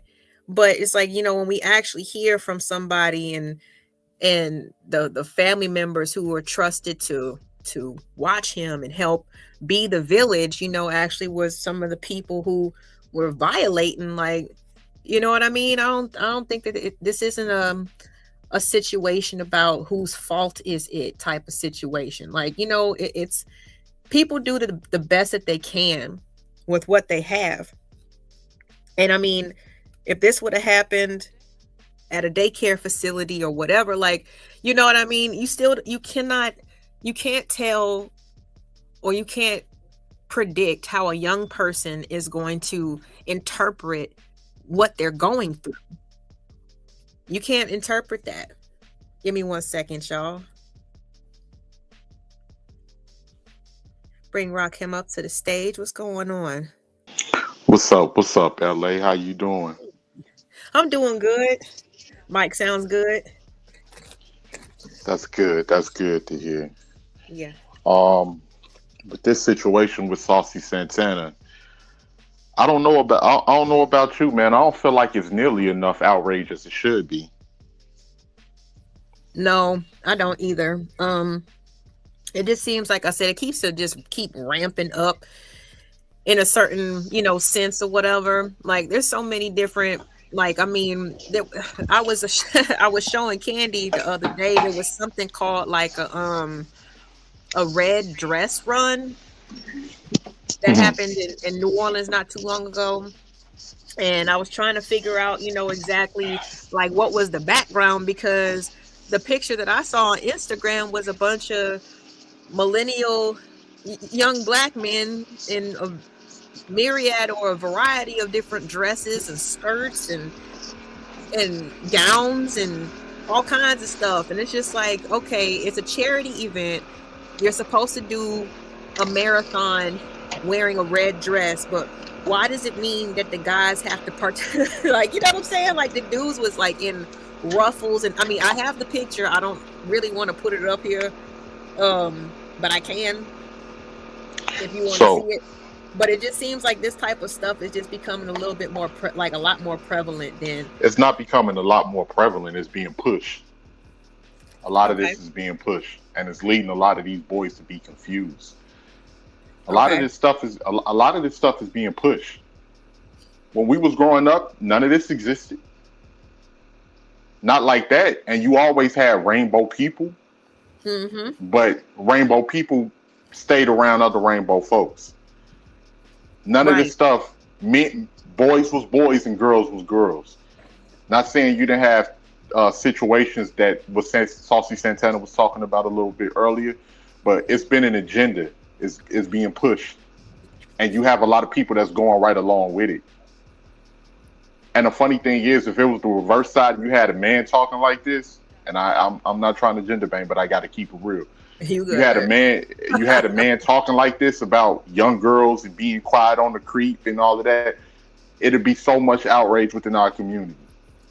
Well, what's left of it? Because I'm starting to see, and I think black people really don't want to check other black folks, man. I think it's gotten to the point where we don't want to check people equally because we're afraid of the fight that we'll have to endure with fighting other black folks. So we just go along with it until it gets to the point where we can't ignore it no longer. I mean, I definitely agree with some with some of the things that you're saying, because I mentioned the same things. It's like everybody's more, if you, and I get it because like I said, we're all human, you know what I'm saying? But like when we didn't have kids, and I know you don't have kids now, you know what I'm saying? But there is a difference sometimes of how people even like censor themselves, like when they're young and when they don't have kids and stuff like that, they really don't care. Versus when they have kids and all these other issues become important to them, right? And I get it to a certain degree because now it's something that you have to actually deal with 100%. A lot of people kind of fall underneath that. If they didn't have, like, I always had nieces or nephews or something like that. So if I took them somewhere, in the car, like, I was careful about what music I played. You know what I mean? Like stuff like that. There's some people who don't care because that ain't my damn kid. And we do have a lot of that in our community, unfortunately. But we don't see other people's kids as being a part of our community or part of just our, extended family. And that's why, oh, I'm sorry. I was just going to say, that's why it's going to continue to deteriorate. So when people get to talking about community, what community? Because in a community, it's hierarchies, it's certain things that's put in place to prevent things like this from happening. When people get a little bit, it's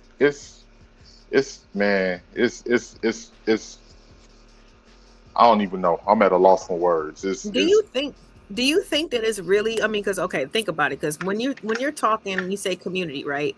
Weren't like technically, if we try to imagine what things were like before we got here to the Americas or before this system was forced upon us, right? Would you say that Black people or indigenous people were still tribal people? When you say indigenous, what people are you talking about? I hope you're talking about native people. Huh? You talking about native people, like native? Yeah. Like Native Americans? Yeah, either that or like if you want to talk about Africa or whatever, they still were tribes, right? They weren't all one, because even a theory, when it comes to Africa, that some people like to say, oh, well, Black people sold their own folks into slavery, this, that, and the third. But from my perspective, that's a tribal thing. Like it wasn't. It was definitely a tribal, and it's not from your perspective. That's documented history. That's not from your perspective. See, a lot of things people regurgitate because they don't really read. Mm-hmm. If you ask the average person what was the last book they read, they wouldn't even be able to tell you, because they just regurgitate different information that they didn't heard. And a lot of this information is misinformation and it's skewed to fit somebody's own agenda. But I bring that up to kind of like, even though because I was listening to what you're saying, and I agree with you, when you talk about a community, because now it seems like, even though we've always been more of a tribal people, now since we're in the Americas, now we have to think more on a collective way. When I'm just wondering, have we ever been those types of people? Yeah, when you look at we had no other choice. When you look at our history, we had to rely on each other. And if that's the case, right? And if we don't really want to think that way, and we are individualistic, then Black people need to stop complaining. I don't agree with you. Accept a lot from where it is, because in this particular situation, the way it's looking for us, we're going to be in last place. And all of the communities that are able to mobilize better are going to dominate over us. So just going more from like a historical standpoint, because like I was trying to like, I guess, like, draw a parallel. I'm not saying that, like, because like I said, it pisses me off too. Like, when I see random kids, I can just, I said, watching a kid grow up into a full grown adult, like, that's a beautiful fucking process. And I don't care who it is, you know what I mean? So I can look at somebody else's kid. I can see the child in a lot of people, you know, out of a lot of adults that I talk to, you know what I'm saying? Because of just that whole, you know, that whole community aspect, you know what I'm saying? And just the innocence of it all, right? But like, okay, so when it comes to other groups of people who have always been kind of fragmented the same way, right? Where they've had No. they've had their clans, you know, their own little tribes and things like that. How did they get to the unification aspect of it? Because they were given like different priorities and different privileges. That plays a part into it. Don't get me wrong, that definitely plays a part into it. But are we gonna make it seem like, are we gonna use that as an excuse to not try to mobilize and do better, especially for the next generation?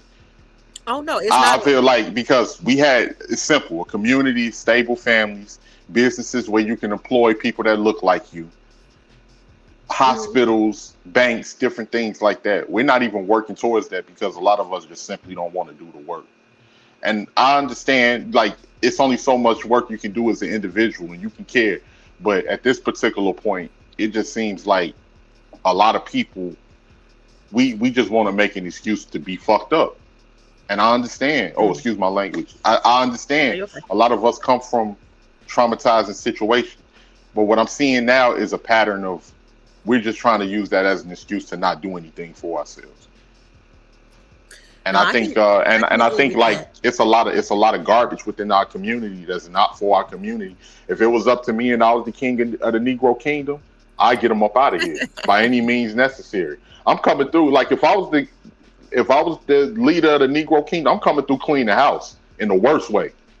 I'm not trying to hear, oh my bad, get them out of here. I'm not trying to hear, oh, but we was this and I'm trying, get them out of here. We have no time because right now we have other communities that are outgrowing us, and they are sowing. If you look at Detroit right now, over near Dearborn, Michigan, and I get it. It's a lot of the government is against us, has historically been against us, but we have to figure out a way, either that or we can just honestly say to ourselves, we don't care no more. We done lost hope. This what it is. But if you want it, but at the same time, it seems like we talk out of both sides of our neck. It's like, oh, you know, we never had a community, we never did this, or was it like that? And then at the same time, we like, but what about our community, and what are we gonna do? You can't have it both ways. You can't have it both ways. Yeah, I totally agree. It's, trust me, I get, you know what I'm saying, especially when that's why I really don't even go on other panels no more, because they be making me feel like I'm just so, you know, the one off, or like I'm lying or whatever. Oh I'm just saying what sounds good. I'm just like, no, it's the fucking truth. Like, especially when we start to get to a age and, you know, a place of understanding, you know what I'm saying? Like, are we supposed to just continue to act like we're in our 20s and think about ourselves, or are we supposed and then to have this like, oh, everything is gonna work itself out? It's not.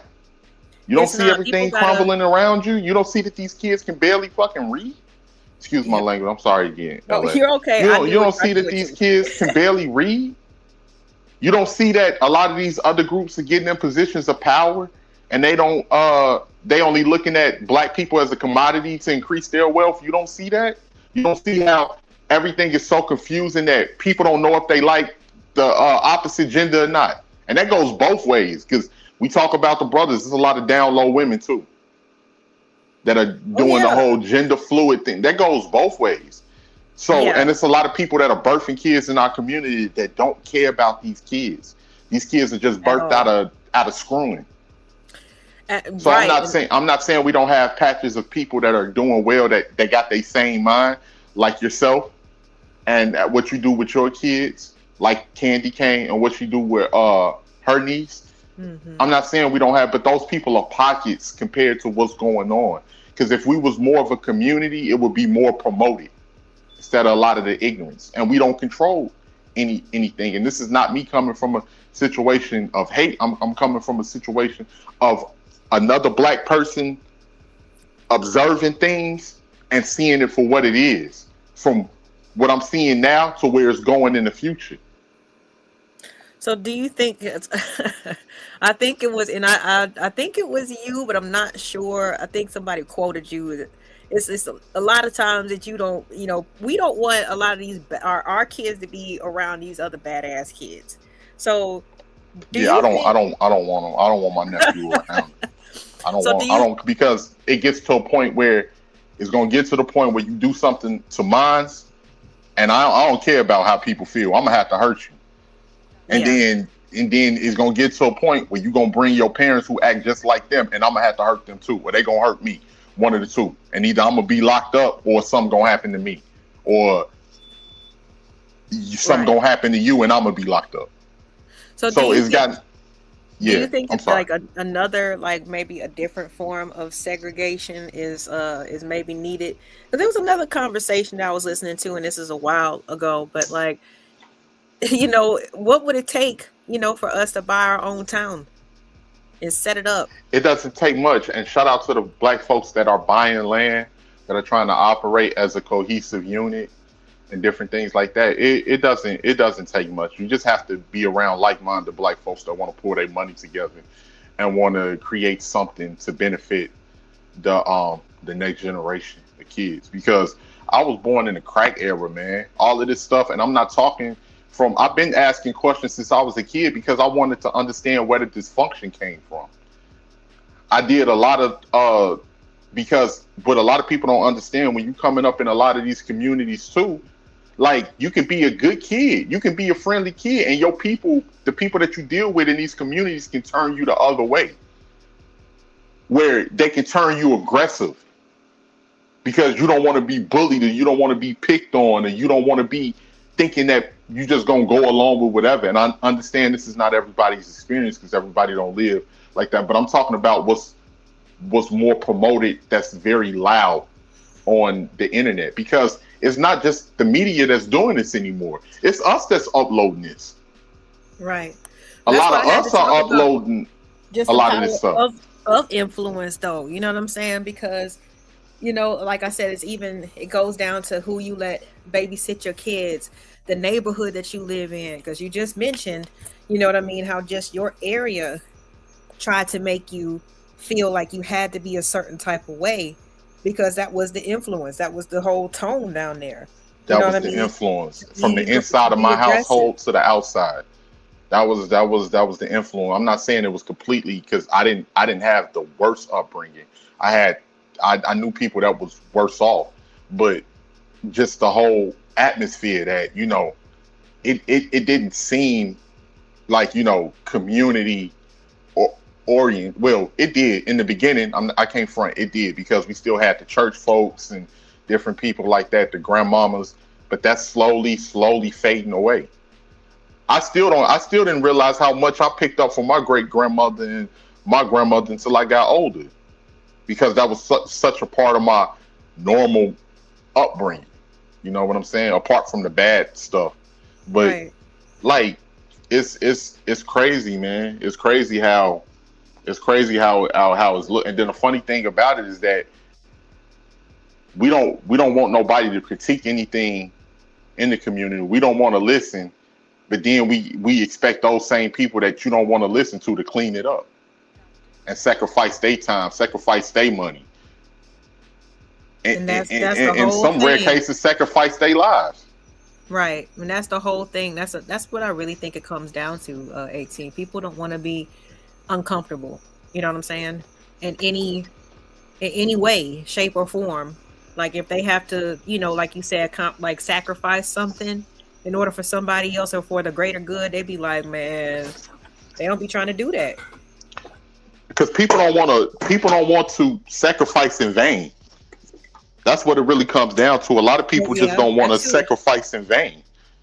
Like, if I known things was gonna turn out like this, man, I could have took my little money and took my time and did something to make sure me and mine was straight. And you doing this out the kindness of your heart, and then for what?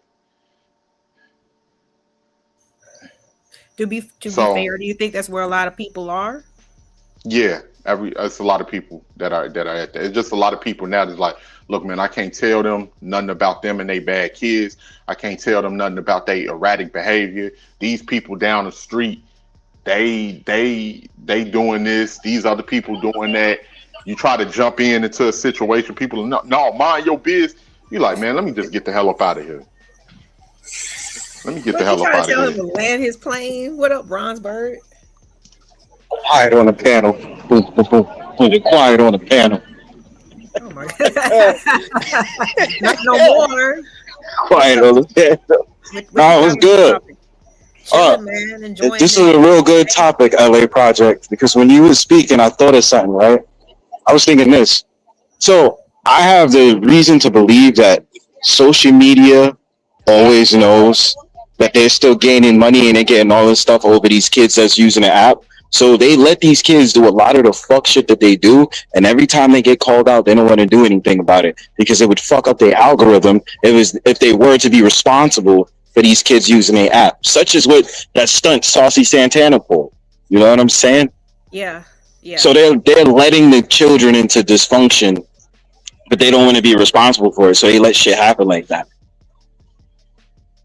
Yeah, I don't be wanting to hear that shit. That's what I'm saying. Like even back in the, whether it be whatever generation, us being watched by people, like I said, some of these parents who don't want to be parents and just always pointing their kids off on somebody, and they're not the safest people in the world. It's worse. Like, you just but it's worse though, LA Project. But it's worse. You know why? Because I have suspicions to believe that the parents of today want to be friends with their kids more than be parents to their kids. I truly believe that. Huh? So I said, tell me what the benefits, with that mind, going on with that mind frame. What would be the benefits for the parents? Hold on, the cops is coming through. Hold on. Oh, here we go. All right. Being parents, being friends with your kids is just one thing. Some of these parents don't give a damn one way or the other. No, you know why? But the thing about it is, the reason I say that is because they allow their children to run rampant, right? And they relied on technology to be their parents instead of the parents being the parents. So there is really no benefit to it, because if you're trying to be on the same level as your kid is never going to grow, because they're going to have the same maturity as you do as a parent, because you're supposed to be rearing your children and guiding them. But if you're not doing that and you're relying on outside sources to parent your children, then it's a lost cause. Not necessarily, but it's a lost cause in the sense like, how are they going to grow up? You know what I'm saying? If they're relying on teachers in school, that's just going to hand them a packet, or they're going to rely on TikTok and all these social media accounts. And damn sure be it, if Saucy Santana was to run some class or some bullshit, how much down the road is these children, this generation going to go? It's going to go into a shithole. You said you saw maybe like a year ago or whatever, some high school had invited Sexy Red, to come perform until she showed up at the high school smelling like weed, and then she got mad because they said that she couldn't perform. Like, girl, like they have no decorum. It's like, it's one thing to try to, relate to the youth, you know what I'm saying? But I don't see no benefit besides producing a bunch of unruly, defiant people. You know what I'm saying? And that's why I said it's no benefit. That's exactly what it's done. It has produced a lot of, and the funny thing, like I said before, this whole rainbow thing is being promoted. Unfortunately, you got parents that are raising their kids up to act like this. And the same people that's complaining about down low men or rainbow men are the same ones that encourage that behavior. Are the same ones that's pushing for that behavior. Because, man, I grew up on, like, my aunties and all of them, some of them people I grew up around, they were some straight up gangsters. They told me, like, they'd tell me off the, no, we don't do none of that sweet stuff. We don't do none of that sweet stuff around here. It was people like other women that'd tell, no, you ain't no sissy. You a man. Or you a young boy. Act like that. Right. You don't see that now. You're seeing a lot of that stuff being pushed. You're seeing a lot of that stuff being pushed, and you see a lot of it being pushed by the parents even. And that's why and then we keep asking these questions like people don't see what's going on.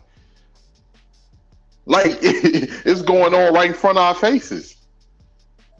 You know, I did a video on something called gay baiting, which is when they start doing a lot of homosexual stuff, but then they'll say no homo, or they'll do it with the intention of saying like they're not homosexual just because they do it. It's just for entertainment purposes. That's the epidemic that's happened with a lot of these young men, especially if you pay attention to a lot of these streamers. You know what I'm saying? So they have no problem getting along with a Saucy Santana and then sit up there and might doing some fluid stuff like throwing a wig just like he did, and then just doing all these crazy ass activities because they just want to be able to have it feed the algorithm. It's too much content based nonsense. I've seen that shit, man. It's crazy. This is a picture from the charity event that I was telling you Oh, the all Sweet about. Bloods. Did a video on they dumbasses too. And I'm just like, well, why did you feel like you? I mean, you can just support with your dollars, man. Like you don't have to run and wear the outfits and shit. Like, It's like what? But you know what the excuse is going to be nowadays, though, LA. They're going to be like, "What? It's just a dress. Like, what does that mean? It doesn't mean anything." But see, it's not just them. Let's let Candy If you just say stand, shut up, Y'all some just candy. Love me some candy, cane. Hey, y'all. But it's like if you Candy? don't go along with this stuff, or you check it from the gate, like, nah, man, I don't rock with none of that. Oh, you homophobic? Yeah, You homophobic. transphobic?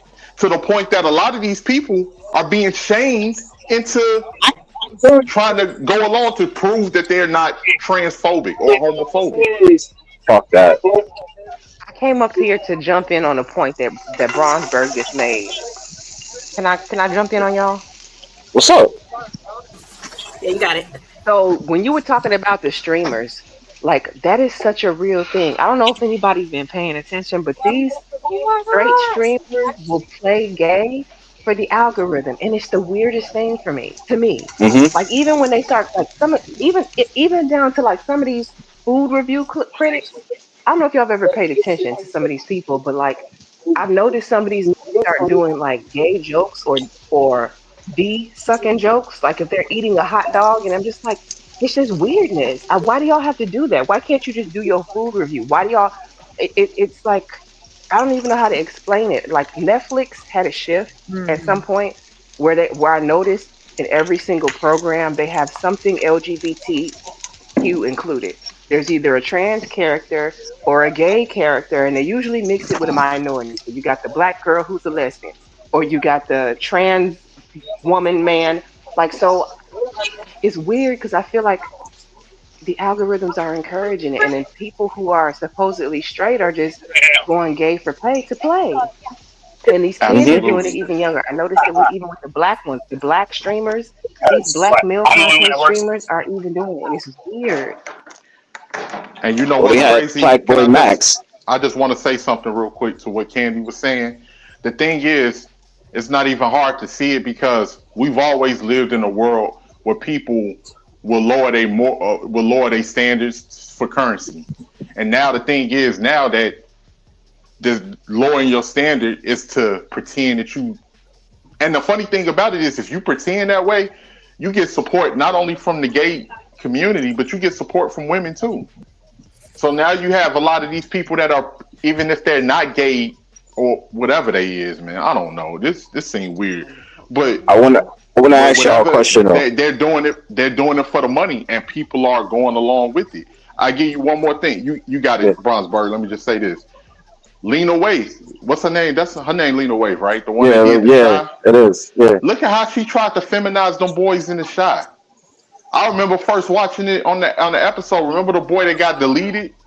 She got this boy on a pink bike with pigtails, dressed like a girl, in pastel colors and everything. And then the other boy, Reggie, the one that played in, he had to leave because she wanted him to perform a rainbow scene with another man. Or she wanted to turn his character rainbow. So they abandoned the contract right there, boy. They abandoned the contract, and then they came to an agreement where he came back, and I think his character got deleted. So it's a lot of black folks that are down with this, that don't view themselves, that view this as a come up for them, and we need to understand that. Yo, let me ask y'all a question. Did y'all see the clip of that musician that I think he is gay. I think that's been like already certified. He was at an award show. He says, "I'm sick and tired of straight men breathing." Did y'all see that? We just saw that, yeah. Just like what's his other name? What's the other dude? What's the other dude? Funky Dineva, who tried to Well, say that Funky straight Dineva black always talking men, shit. straight black men was the problem in the black community. So we see We, this. we This is a always clip. are. Yeah. We This is a always clip. are. But that's why I've always said the straight heterosexual black man is a threat to society. Because the one that stands on his belief and doesn't tolerate the nonsense, they're not gonna like him because he's not gonna kowtow to their bullshit. And that's all it is at the end of the day. Like that's why I say I'm not look, I can always say it like this. I'm not against gay people, obviously, because I have gay friends. But they understand, like, yo, respect my boundaries. But when I sit up there and I talk about the programming, some of them actually agree with what I be saying. I'm like, I'm not saying anything that's a lie. You know what I'm saying? And then, like I said, with the streamers, like, they had to do Black Boy Max. And the Jamaican guy just sat up there and said, yo, stop doing the Batiman shit. And then everybody just sat there and got at him because he said what he said. And I'm just like, but I don't disagree though. If you're doing some next level shit, you deserve to get called out on it because that's us as human beings. It's almost like, as much as I hate to say it like this, we're going in a society where you literally have to apologize for being a straight man. I apologize Like for shit. I'm just saying. I know. I'm just saying. The energy is that if you're straight, you need to tread lightly, and that's exactly what was. And then the funny thing is, people gonna mess this stuff up, and then they're gonna turn around and complain about it later. Where are all the straight men? What happened to masculine men? That's what they talking about now. Like, but that's what they talk about now. But if you a man that says something about that, you sassy, something's wrong with you. It's never a conclusive like, yo, he's a straight man that has a strong opinion on something. Oh, he's sassy. He don't love his mother. And all these like gaslighting bullshit that has nothing to do with the conversation. That's why I be sitting there like, yo, fuck y'all. I'm gonna stand on my own 2 feet. If you wanna call me sassy, that's fine. Hold up, AT. Eat a dick. man, how come all y'all? Man, here come. Hey, donate something, man, because I donated to get up here. Donate. Listen, 18th, can I ask you a question? Hold on. No, Shane. I got something for him. LA, hey, beautiful. What's going on, What happened to Candy Cane? She left? Yeah, she said she had to take a call real quick. 18th. I'll jump down in like 5 minutes. It's about to order something. Hey, where you at, Brownsburg? You in Manhattan? Come on, bro. You don't know the location. You don't know the location, my guy. I'm sitting on 40. Just say the borough. Just say the borough. I say my whole chest in Manhattan, 42nd Street. Bro. Okay, money making Manhattan. You know what I'm saying? 40 deuce, you Money making Manhattan. Stop playing with. Shout out to Uptown. Shout out to the Lower East Side, Harlem, Spanish Harlem. You know what I'm saying? What you say, LA? I said, what you getting us to eat? You getting your own food. You didn't even ask me, you know what I'm saying? What kind of food? What kind of food? I mean, you gotta ask first. I wouldn't mind picking you up something, but you just saying it like bold, like I gotta get you something. That's not very southern of you. No, let's do that. What kind of food are you picking up? You can't be straight tripping like that. Yo, bro. What are you picking up, bro? Hello. Bro, you a Johnny come lately, bro. You just came in the convo, son. Like, you want to ask me. You know what I'm saying? About to get this food real quick. Shout out to all my people. Louisiana Purchase, Project, and Made a Troll. You know what I'm saying? Holla. Bye, Brian. What's up, May? Sorry for all the noise. Shout out to May. Hey, shout out to you. Hey, baby. So I really loved and appreciated when you was on the panel the other day. Like, you were speaking some real shit, man. That was just really, like, it hit my heart, girl. That was real. You know what I'm saying? Oh, thank you, Simon. I appreciate it. I ain't talking to you, nigga. Shut the fuck up. Oh, you ain't talking to me? Okay. Nah, Who's you talking to? I was talking to you, girl. Like, that was some real shit. When you I was talking to you, gal. I don't give a fuck. I was talking to you, gal. Nigga, please Y'all shut are the wild. fuck up. Y'all are wild. Yeah, calm back. Go to Wizards of Us or some shit like that. You know what I'm saying? Did you lift your wrist with that? I was talking to you, gal. Why you getting mad, bitch? Like, shut All up. right, hold on. Let's let May give her, say what, give her opinion on the topic You today. right, you right, LA. Before May. y'all get back to the I was talking shenanigans. to you, gal.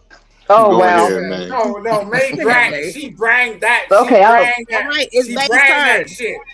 She brang that okay. shit. Give me 1 second, Simon. I'll just take two quick minutes or less. All right, all right. Let me tell you something, right? Okay. LA did a panel with what's her name? Child? What's her name? LA. Huh? What was it? Candy cane. Candy cane, right? Yeah. That is one of the most hyper shit I've fucking seen in my life. Like, yo, you girls were going at it. I was like, oh my god. Okay. So he talked about yesterday, May. Yeah, Oh, that's crazy. what you got? You got excited about discussing virginities? Yo, Is you that what it girls were is? going at yo, bruh. I was like, oh my god, I've never seen women speak like this before. You know what I'm Oh, saying? you got excited. Oh wow. Yeah, no, excited like that, but it's just like, yo, you're talking facts. You know what I'm saying? Oh, It's just right. like, yo, it was Because they just actually really was cool. speaking from, from some, good like places of experience, which I always, what I'm saying, I always welcome and appreciate. But hold Yo, on, before man. you segue, May, what you got on the topic today, hun? Sure. Okay, so I've been listening for a while. Um, you began talking about Uh-oh. You went out a little bit. May, Yeah, you still she there? trying to figure. She y'all trying to hear me? figure. Can y'all Okay, hear good. me? Yeah, we Yeah. can hear it now. There you Am go. I back? Yeah, you're back. Back. Yeah, we can hear you. Okay, cool. My phone gets on my nerves. People always interrupt my calls constantly. I mean, Yeah, of on my course. stream Yeah. yard. Okay, Don't you so yeah, hate let me that, say May? this. Hey, May, Yeah, I before you hate finish, it. don't you hate that? I can be up 18, here calm talking. I'm like, down, bro, before I fire you up. Shut up, you said nigga. what? Y'all, come on, man. Y'all keep interrupting. Let May talk. Yeah, I want to hear from the ladies. Okay, I'll make it fast. I swear to God, I'll Oh, make it you super fine. quick. It's them. Okay, I know, but they Go can't ahead. resist, so let me hurry. Um, so let me say this. I was listening from the very beginning when you first started the stream, and so I've been listening and looking at the examples and stuff like that. It's sad, but what I want us to think about too is the fact that it takes a lot of resistance as a parent to keep a lot of this stuff away because it's always seeping in. I'll say this at the very beginning. I am a very conservative person. I know I don't act like it a lot of times. Somebody can mute because it's like a whole bunch of. That might be Uh, me. Let me mute up. okay, no problem. All right. Thanks. Okay, perfect. No problem. And I don't act, people think you're supposed to act a certain way when you're a certain kind of person. I don't fit the box, but as you saw yesterday, I'm coming from a very conservative place. When we were talking, and I've kind of always been that way. And Mm-hmm. so when I say conservative, I just mean like in my mind, a lot of things have a particular order, and that comes from generations of following that order. It's a formula, and Mm-hmm. so it's not just based on picking and choosing really. But I feel like for conservative, socially conservative people, socially, I'm not talking about being a Republican, socially conservative people, I feel Mm-hmm. like we are at in a war for families. That's what I feel. And I feel like a lot of people are mixing and matching. And it's almost like the world. I'm not saying that I'm promoting this, but what's that movie? Uh, the women become subservient. What's the name of that movie? It's a movie. The The Stepford Handmaiden's Wives, Tale. The Handmaiden's Handmaid's Tale. Tale. Yes. Ooh, You child. do you see how far they had to go to try to Yes. so-called bring the community back to the center? They never got back to the center, but they Mm-hmm. had to do extremes. And I feel like the people who believe, who are conservative, who or at least act like they're conservative or say they're conservative, it's like they have to go to a far, far extreme because the other extreme, which is the stuff you're talking about today, is so powerful and so strong. Mm-hmm. And I think that's what the war is. And there's us people who want to be in balance and we want to be in the middle. I don't feel like women need to give up the vote. I don't feel like we need to go back to 1950s and subservience and stupidity and all that stuff, you know. And at the same time, I don't feel like we need to be asking a 2-year-old, do you feel like a boy or a girl? We're not going to do Right. that. Right. So yeah, and so I feel like those of us who are very, very serious about winning the war of basic decency and common sense, right? We're gonna have to draw a line and we're gonna have to stick to it. And I think we can't pick and Right. choose. We can't mix and match. Can I ask you a I'm question? done. I'm done. I'm done. Go ahead. Can I ask you a question? Sure. What do you know about being serious? About being what? Serious. What do you know about Serious? being serious? You said like you know that is like your main you know composition within your conversation. So what do you know about being serious? Have you ever been serious? Spell the word for me. Because Well, I don't your right. accent, man. Your No, accent no, is look. like All right. Are you saying serious?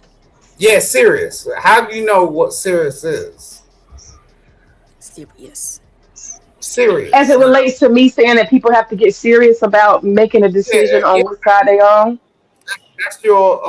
That's your conversation, right? So yeah, what do you know about being serious? That's why I was asking you. And like you can like not like take the conversation further or like I don't mind. But it's just like I wanna know. I- I'm not sure where you're going with the question. You mean serious about how we would act if we wanted to have like a decent, normal, common sense? How would we take ourselves seriously? Is that what you mean? Yeah. Yeah. Well, that would start out with just like lacking, like making sure that our kids are not exposed. Everything LA's been talking about, limiting stuff, telling the school district, I'm going to opt out for that. You know, I don't want my Hmm. kids to participate, monitoring what they say and do. There are kids who walk in to open house and they got some tranny as a teacher. I would have to be somebody who would remove my child. You understand? They're not going to deal with Right. that. Um, we're not going to confuse the children. I actually, for example, was going to this Starbucks and they have this trans man wrestling looking thing in a dress and he wasn't satisfied with just handing his, you know, big hands with the nails out the window. He wants to come outside so people can see his full long dress. Okay. I'm sorry. I know what you I swear, mean, though. That's Very good. yeah, performative. very performative. He wants to stand outside and take orders so that everyone can see that he's a big. And y'all should see him. He looked like So Andre the wait, Giant, the Yeah. wrestler, right, with a whole right, right, outfit on. He is not looking like a woman out. So it's insulting to right, me as a woman. And all I'm right, like, man. I'm driving. Hold on, wait. No, let her finish. So I'm driving up in my car to spend my money with Starbucks, and then my daughter's in the back seat. What do I look like? You understand? Having this man thing come up to me and take my order, and my daughter looking like, what the fuck is that? You see what I'm saying? Jesus Christ. So Hmm. I had to just say, you know what? I actually got kind of cussed out because I backed my car up because I was not going to let my daughter see that, and I called outside of the Starbucks and I said, you guys realize y'all got somebody who's looking strange outside here taking, you know, I didn't know what to call it. I said, looking strange out here taking orders. It's not very professional, and I'm uncomfortable as a customer. And she said, if you're transphobic, you can find another company to buy your coffee from. Thank you very much. And that was it. Starbucks stands on that. They'll cut you out, you No, know. mate, you're real. Mm-mm. So Mate, Simon, let what me I'm tell you saying, hold something on, about one second. yourself, Let me just say man. that. Let me finish. Hold on, let me just finish the sentence. So what I had to do is commit fully. I have boycotted Target. I have boycotted Starbucks. I'm serious about where I stand. And so I'm not playing with it. And so that's what I mean when I say serious. We gotta Bro, stop playing yeah. around with companies, brands, people. We gotta stop it and just say this is unacceptable. Go ahead, Simon. Now, I want to ask you what you want because you're really attractive. What? What do you So want? what? Man, you about to get cussed out for real, for real. May is a whole married woman. Like, what are you talking about? She ain't I don't even married. understand his. I can't understand your accent, Simon. You need to get a translator. What do you want? You Simon, always ask that I don't. ambiguous No, question. LA, calm down. Ain't nothing to do with you. No, Simon, you over here playing. Quit playing. No, But anyway, that's my You thought. always That's ask all I that. want to do. I'm gonna drop down. We, I just wanted to share that thought. I just wanted no, to don't share go that. nowhere, man. Hey, don't we do want that. you. We want you to donate to the fucking channel. Donate to the channel. That's what we want you to Shut do, the fuck Simon. up. Ain't got nothing. No, that's Donate. real though. I don't think I've got one 18 from him try to yet. play like he Rakim all the time. Like, What is shut the this? fuck up. Like, yo, No, all right, because I'm not LA, into how am I? music. Tell me how am I doing bad? Because like Well, you're she's cutting not cute people to me. off, and now you're And why asking the hell? people what she wants and all. I'm just like, what? Like this? Let's just No, talk but about I the find her topic. attractive. Like, what's wrong with See, that? that's not the topic. The woman is married, Simon, man. And why the hell you come up here I don't drunk give at a fuck about her husband. 4 in the afternoon? Simon, I'm 18 trying. I'm years not. old girl. I I gotta already tell you told you. something, Simon. Simon, I gotta tell you something honestly. You're gonna have to straighten up your accent. Your accent is like really. It's hard to understand anything you're saying. Do you know that? Hello. He heard you. He's like he's running it all together. And British people don't talk like that. So I think yeah, he's a work on little it. inebriated right now. No, it's all right. It's all good. I You're got not a I in my got a link business. You for know you in the that. back, Simon. You go ahead. No, I No actually more really like excuses. her. I think she's really cute. Like, I don't May, know. I hear you, gal. I hear you, May. He ain't gonna I never hear you, quickly live that gal. down. I heard, Y'all know I what? heard, That might be another song. That might be a song for the TJ. I heard that yesterday. I was like, yo, you know when like you just feel something about somebody? It's just like, oh my god, like this girl. Sitting there rubbing on your knee, May. What do you Nigga, want? please. I ain't rubbing What on do you shit, want, nigga. man? I ain't rubbing on shit, nigga. Yeah, I What got do Anyway, you you in the want? back. I got you in the back. I'm the richest motherfucker on YouTube, bitch. Who the fuck And okay, you you well ain't go think? ahead donated not one and fucking What? hey, pound. You ain't donated Nigga, not one don't let pound. me start with you, hoe. What? listen, This dude, man. there's a nice link in the back 18th for you, Simon, motherfucker because I know trying you to don't be a like to fucking use Cash App. impersonator, bitch. So you go Shut ahead up. and exercise that. You heard me? No, I just think she's kind of cute. Like, what's wrong with And be that? quiet about you being rich and doing all this stuff. Be quiet. What are you doing to be serious when it What comes do you to want this me to type of do? when it comes to influence on on young people? How are you being No, serious? Ask May. I work with young people with special educational needs for like 14 years. Like Okay, but I I'm made just a flipping lot the of question people. since you asked May. Okay. So what are you doing to be serious? As I'm being a good look, I'm a influence lawyer. around Like young I people. do a lot of serious shit every day. I'm a lawyer, so it's just like that's Hmm. what it is. You know what I'm saying? I've got acquisitions. I deal with business. I get cases, and Right, I but just what about when it comes to like influencing or trying to be a good influence to young people who you might not even talk to, but they're going to see you, walking around or traveling from this place to that place. How are you taking yourself serious in terms of like I don't making know. sure that you're a good example? I need a lady in my life to guide me with that Oh my because God. I find it kind of difficult.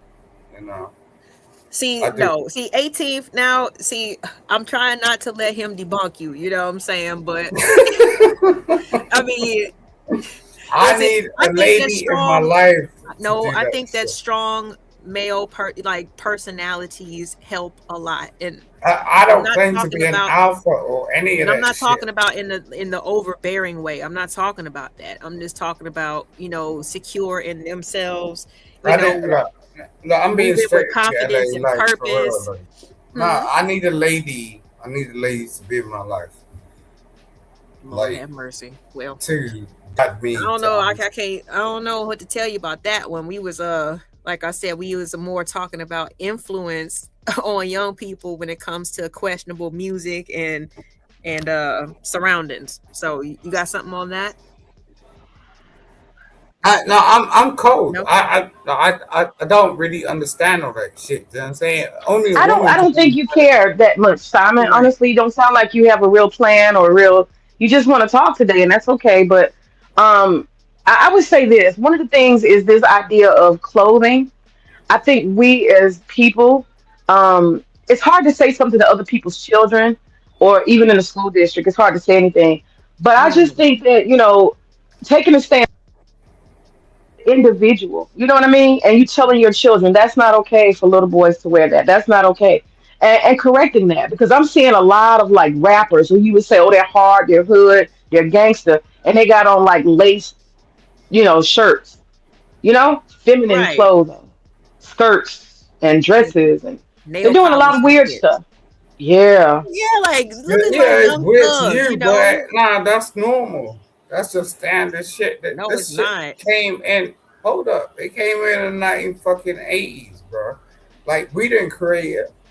We just followed it. But You they know were what I'm saying? celebrities. They were not everyday people, Simon. That's Yeah, different. You're yeah. right. There was Prince and there was rock and roll, Mhm. but we understood a lot of them were going to be on drugs and they were going to die early and that they Right. were rock stars. And we accepted them as that. And they were rich. They can do what they want to do. But we That's why I actually have like to this get out movie. here and function in society. We actually have to get careers and go to college. We're everyday people. And that's the problem, too. A lot of us have gotten into this culture of social media where everybody's so, above it all. Y'all see Jaden Smith?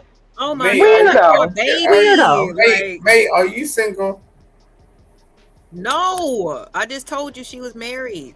Why don't you I'm believe gonna me? No, have to she go, is Simon, because you're married. Yeah, doing like too this is getting much. I'm gonna have uncomfortable. to If you go. can't, no, no, no, Simon, I'm gonna have to drop you because May I'm, is I'm talking too just much. joking, like I'm just playing. Don't worry about it. All right, back to it. No, yeah, we might have to drop. We might God, have to drop. man. Like I Dr. said, I Shut up, can't, Single. I nigga. can't, Ain't I up to you. can't get Ain't no. 2 pounds. This ain't your channel, you 18th, dumb like I can't motherfucker. get I two ain't of them never come things. around And your we channel, and we were bitch. having a conversation that was supposed to be for ladies' ears the other day anyway, Simon. So you was eavesdropping because you're not a lady, okay? You're damn That was right, kind of, because Getting I was all but I suspect. mean, it was I was like, mixed. It was bothered. mixed at the oh, end. But I'm just yeah, saying, yeah, you're you damn kind of right. eavesdropping on women. So hey, Yeah, just Yeah, of yeah, course, of you that's course. how very, it you go. very, Look. I you're love very. LA. I think she's one of the most beautiful women on earth, and she don't want to get with me. Simon, Oh, Simon, shut the fuck Simon, up! I ain't talking to you, ho. Simon. Shut up, Yeah, nigga. You about to yeah. get your bitch No, ass dropped, you old lonely, yeah. horny Do the ass fuck nigga. what You you about to want, get your ho. bitch ass dropped. Who the fuck you think you talking to, nigga? I'm talking to a whole ass nigga that I'm looking at in his face. That's what I'm talking to. What's your name, nigga? Don't worry Uh-oh. about my name, bitch. Yeah, what's your name? Go fuck My out of name's here. Simon, bitch. You old half zesty, Yeah. half straight ass nigga. You better go You on ain't even somewhere. got your shit straight. You wanna My call shit been yourself straight. something What the fuck off you for talking somebody about? else, bitch. Your shit ain't You're a straight. Up fucking here dumb playing, motherfucker. you being a fucking peeping This through the nigga is motherfucking stupid. keyhole Look, ass I don't have nigga time for on you, YouTube, okay? I really don't. stalking different women on YouTube that ain't gonna give you no action. You need to do This something about motherfucker yourself. he be on the internet called himself the 18th letter. All Simon, right, you're so a sad, miserable, lonely person. You need to get yes. yourself some help. I really want to get back to the because it's after 6 o'clock here. Y'all know I got cheering and stuff. Everybody got Yeah. something to do. Simon, it sounds like you having a great time, but like your time zone is different from our time zone. I want to get back. I want to hear what 18th and May had to say. No. Look, I'm just saying, yo, babe, I ain't fake. You know what I'm saying? No, I'm I gonna just be don't want real you to with be you. disrespectful and off topic. No, it's cool. I'll drop, okay? Because All I right. got shit to do. But I'm just saying, look, I want to tell you this. You know what I'm saying? I think you're really beautiful. And Appreciate it. you're doing an amazing job with your channel and stuff. So people like subscribe to the channel, and do all that shit. But I'll always support you. So I'm out. Simon, You know don't you what I got mean? don't I you ain't got some gonna. cases to go do? You say you're a lawyer. Yeah, I'm pretty sure your clients would be up the river. Shit. God Hit that damn. link, okay? Send a couple pounds. You can send it with your credit Woo. card. It don't matter. Anyway, sorry about that, y'all. Jesus. That That's the Okay. dude look most like that's he's the like a most Tasmanian devil. Woo. that's the most Right. lawyering nigga that I know that I done seen on these panels. I'm Man. I'm like, telling you you. say you're a lawyer. When do you have cases? You sitting up on YouTube all damn day. I'm pretty sure cases been piled up on your desk. Them people, they know they going to jail. Damn. I'm telling you, he a mess. But No, I was gonna say one of the things I was thinking as well. I just wanted to share this real quick. Is the resisting the language. Y'all know what I'm talking about? Resisting the language. They be trying to make people say words and stuff mm-hmm. politically correct. And I think teaching your children not to buy into that. For example, like don't let your child call themselves, I'm a cisgendered woman. Like, no, you're a female, you're a woman, period. You know? Right, right, right. Exactly. I mean, and even when it comes, I don't know, I've expressed my confusion, with the pronouns and stuff like that, because I'm just like, now we want to take it out the box to be considered they and them and all kinds of other different types of words and stuff that I never heard of. I'm just like, look, man, I'm sorry. Like, I'm going off of first mind, first eye. And I'm sorry, you might see yourself in a certain way or whatever, but my first mind tells me something else. And I'm not trying to be disrespectful, but I'm not trying to live in that type of delusion at the same time. Like, it's not hate. Like, you know how people, even when it comes to like racial things, you know what I'm saying? Like, well, we wanted to point, or people wanted to point out that this is what happens, and with the black community and this, that, and the third. Oh, well, cops' lives, no white lives, man. We get that. All lives technically should, but can we focus on the ones that we trying to focus on? Like, being and pro me is not anti you, if that makes sense. It's just like, I feel It like, does, but even we're afraid. Did you hear even the conversation the way you're saying it? There's fear yes, there of being, it's like we got to tiptoe. We're all doing it. We're all tiptoeing instead of just saying it is not disrespectful to decide that I am not buying into a delusion. That is not disrespectful. So I don't have anything to apologize for because it's clear what women look like and what men look like. And if you're confused, that doesn't mean I have to start learning how to be confused. do You know what y'all I'm saying? remember? Do y'all remember Angela Staton King? I love Angela Staton. I really agree with a lot of things she say. That, let me see if I can find something. I'm I, not I familiar. got the other one. She she was a black woman, or is a black woman, should I say, that was kind of like connected to like the Trump presidency in a certain sense, like when it came to like behind the scenes of legislation and stuff like that. But she also had like, I think she try to run, she wanted to run for public office 18th. um Uh, yeah, yeah, she yeah, did try and to then run that one for also Supreme Court. her son, I guess, during all this time or whatever, because she spent some time in prison. And that was one of the things, I guess, that she actually had a conversation with, with Trump or whatever, in order to make it to take away the practice of handcuffing pregnant inmates, like to the bed when they give labor. Because like, if you're an inmate or whatever and you're pregnant and you have to, go into labor or whatever, they'll still keep the handcuffs and stuff on you. So like, she was one of the people that kind of like, I guess, got rid of that, because that's how one thing that happened to her. But her son ended up being like, a trans, becoming a transgender. And it was a big like to do, because like she ended up, I think, on Dr. Phil and some other stuff, just kind of going back and forth about the situation, because she was just like, I gave birth to a son. Like, I don't know what you want me to say. You know what I mean? Like, I get it. You want to be called certain things and you want to be seen a certain way, but that's not what the truth is. And people were giving her backlash, in terms of like her Because here's the motherhood and thing. this, that, and the third. It was just ridiculous. She just didn't want to lie to Here's him. here's the thing that we don't understand. People are being brainwashed. It's like how racism wasn't always racism. It was a system that was put in place, that was slowly developed to push forth propaganda to change people's minds on who was inferior and who wasn't, and who was superior. And the same thing, those methods still exist today. It should ring a bell in people's minds. If you got corporations backing this up, if you got um, different sports businesses backing this up, if you have this being implied in schools and different things like, or being pushed in schools, it should tell you that and there's money behind it. Is rapid money being pushed, and it leaves people in a state of confusion, because unfortunately we live in a country that prey on their own. The United States eats its own. when the United States have nobody to squeeze money out of anymore, they squeeze it out of their own. And we live in a country that's run by capitalism. It's run by corporations. So it's very important for people to understand what we're dealing with. Because if you don't even understand what we're dealing with from the beginning, you're going to be in a state of confusion. And you have some people on here, the way the things being pushed, you got some people on here that know that they're straight, and they never was confused, but now they're being confused because it's almost like we're telling them, or things are being pushed in a direction where they like, I don't know if I want to be, am I straight or not? And for people that can't think for themselves, we're being pushed towards this gender fluid. Gay is the new, yeah, gay is the new black.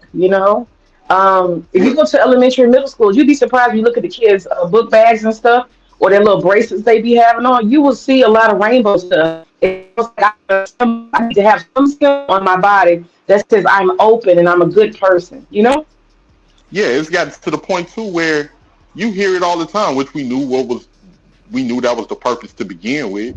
You have people that are rainbow, that are transformers. They're just not comfortable. And the funny thing is, the more power people get, the more emboldened they become. Where things that are said now would have never been said 15, 20 years ago. But you have people now, you'll hear the transformers, you'll hear the rainbow people say now, or the rainbow guys, oh yeah, I'm trying to sleep with straight men. I want a straight man. Where you literally got transformers telling women that I can be talking about, or that I can take your man, that I can take your man.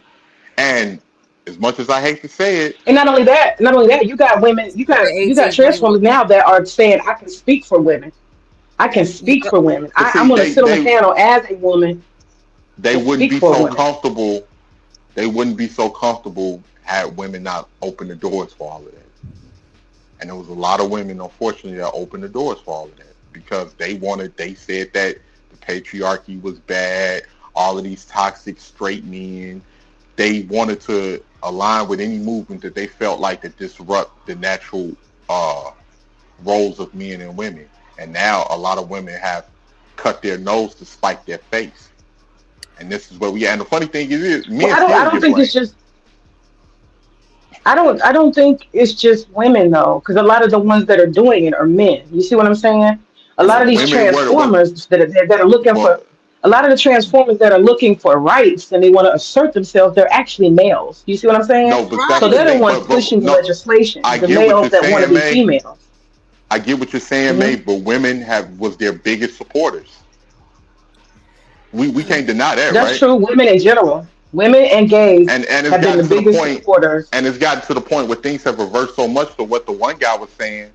It's true. In the beginning that LA played, that you have women emulating cross-dressers makeup styles. I can pull that back up. Yes. That is true. Like a lot of that stuff is true. The big lashes and all of that other stuff, the overdone makeup, they're literally emulating transformers and drag queens. Well, see, there's a problem there because what happens, like I'm a natural woman, for example, and as soon as among us women, natural women start critiquing this stuff and saying, if you're an active woman doing what women do, taking care of kids, taking care of your household, you really don't have room for 3-inch nails. Other women get mad and they say, oh, you're trying to control us. And we've had these conversations, and the wigs and all the the politics around hair. It never goes anywhere because at the end of the day, people have personal liberation. You know what I'm saying? People going to do what they want to do. And they don't recognize that they're blurring the lines, that you look like a man in drag. Mm-hmm. And when you tell them that, it's an insult. Yeah, it's an insult, though, when you say you actually look like a transformer. You don't look like a biological woman.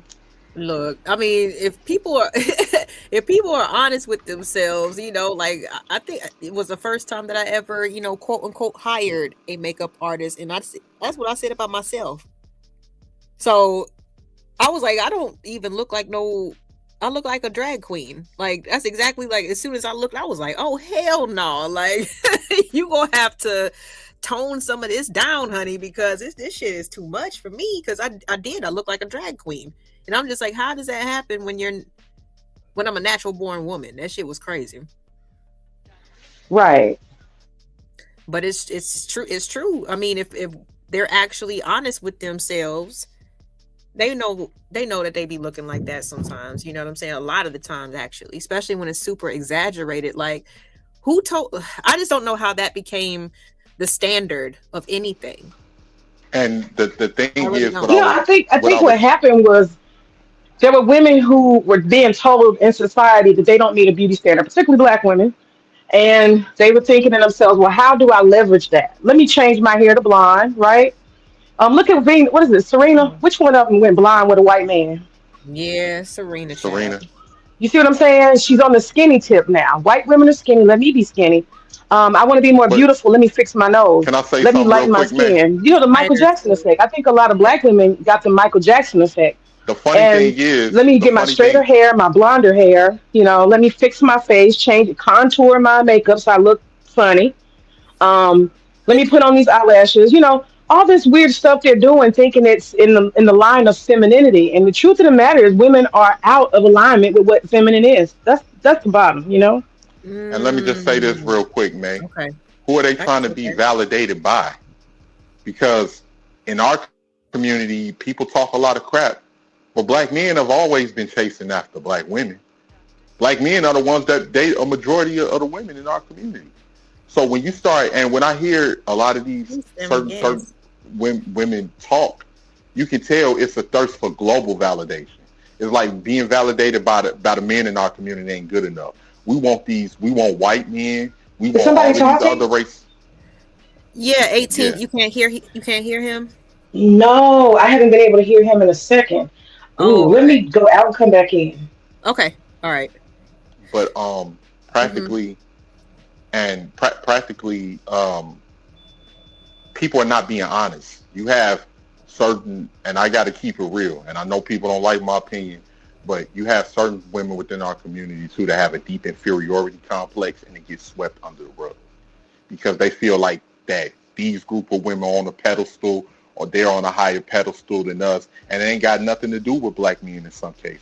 Some cases it's just the fact that they feel that they want to be globally validated the way that they think that they see these other races of women globally validated. They want that. I think we definitely want to be. We don't want to be seen or categorized as the least desirable out of all the women in the world. But see, that's not to Black men. But they turn around and they scapegoat Black men for that. But and they scapegoat. Let me just finish.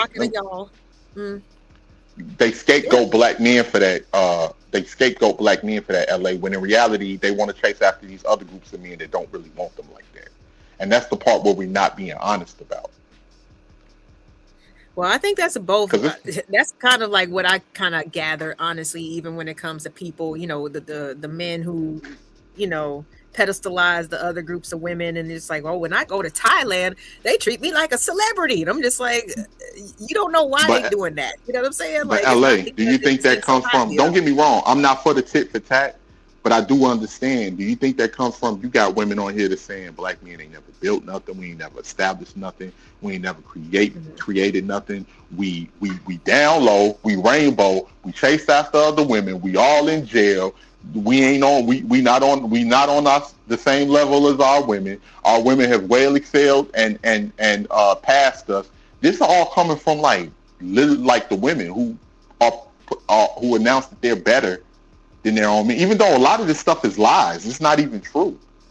But so I'm trying to understand, what is a man to do when you met with that type of vitriol and aggression and hatred? I mean, is that every woman that you talk, you know what I'm saying? Like, to me, I see it the same way as weak nigga shit, okay? And what I mean by that is, oh, you ain't got no man anyway. Oh, don't nobody want you anyway, ugly bitch, because I wanted your number, but now you told me no, so now you know what I'm saying? Like, oh, you're the least desirable to me. Oh, your pussy stank. Like, oh, to me, that's all weak nigga shit. Like, why can't you just see it as whenever you hear something from a woman, that's some weak bitch shit? But a lot of Well, women because don't they think because that way. they're the loudest and they are the majority when Well, it comes I to mean, lead. so They're the ones that they're the majority when it comes to leading I'm just the saying. female arguments. I got to keep it real. And but then people steady asking. You say all of this about men, but yet you still steady asking men to do stuff or help with the community or how dare they do this, and it just don't make no sense to me. I'm talking about for the for if this narrative is that black men is so horrible, it just don't I'm make just no sense to me. I think that is a lot of, unfortunately, a lot of the negative, minority is just that's what people choose to. I don't know why people choose to pay attention to that stuff and why they're highlighted so much. Like that, I swear, when I came on here, I got labeled with the mammy and all that bullshit because the type of men that I am surrounded by, like the men that I know, they're not like anything like what I'm hearing. But then also as I'm listening to not only married men, but army vets and all these, men who are supposedly like, oh, we should just respect you and I've accomplished things or whatever. And I hear how horribly they talk about black women. To me, it's just like it's the same thing. That's just a weak nigga that I'm looking at. I'm not looking at somebody who actually appreciates the feminine, who actually knows or is surrounded by good women in their life. They're probably the only good person that they knew was their grandmama and their wife. Okay. And shouts out to them. But thankfully, you know what I'm saying? Like some of us, we have seen good examples around us to the point where we don't look in general at the opposite sex in a certain way. So when I hear that shit, whether it comes from a woman or a man, I'll just be like, oh, that's that weak shit right there. Because you Well, as can't much have as your I hate, way. So now you're trying to break somebody down because you can't have what you want.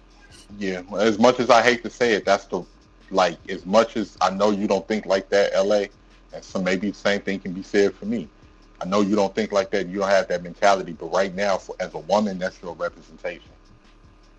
That's your No, representation in the I don't public. agree with that. I don't agree with that, It's 18. cool. I understand that. I understand. I wouldn't agree. I wouldn't want to agree with the negative stereotypes that's portrayed on black men, but I have to swallow the pill and say that's the representation of black men. That whether it's right or wrong, even though I know it's a lie, that's what people see when they see, and that's what's being pushed.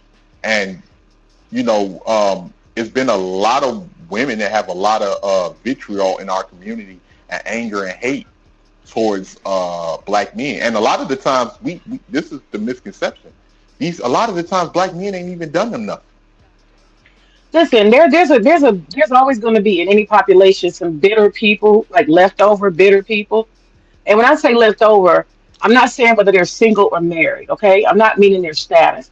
I mean leftover people as in they're just not fit for certain functions in society. They're leftovers. You know what I mean? You'll have that in the job market. It's some people they just not fit for getting a job. There are some people who are just not fit for functional relationships and friendships and stuff like marriage. They're not fit. And what I would argue is that you have a lot of online people who are unfit and they come to a cesspool, a watering hole, and they get their poison that they need every day to kind of sustain themselves. This is what I see. Because before the Kevin Samuels and the Manosphere stuff came on my radar, I didn't see any of this stuff. And I talk about that all the time. um, my environment dictates a lot too. The environment that you're in dictates a lot. The circle of people that you put yourself around, the type of family you come from, all these things influence. When you have a whole circle of friends and networks, right? Black networks of friends, and you see couples that are building amazing businesses, it's very Love it, difficult to love it. buy into these. Yeah, It's love very it. difficult to buy into these things. You understand? When I see Yeah. lots of couples that's been together in my neighborhood, I have 400 units, and almost all of them are couples that have been together for 30, 40 years. It's very difficult for me to buy into everybody's angry with the other sex, and there's a battle and there's a war, and the gender is going to dis. Yeah, I cannot. That's not the Well, it's world I'm hard. living Like in. I don't think a lot of. I understand that your world. That's not your world, mate. But that don't mean it don't exist either. It just means that that's not your world. But from what Yeah, I've I seen would growing suggest up, just like, that people change their environments and change your circles and change your status of but whatever you're dealing with. You got a what I, choice of what you want to see.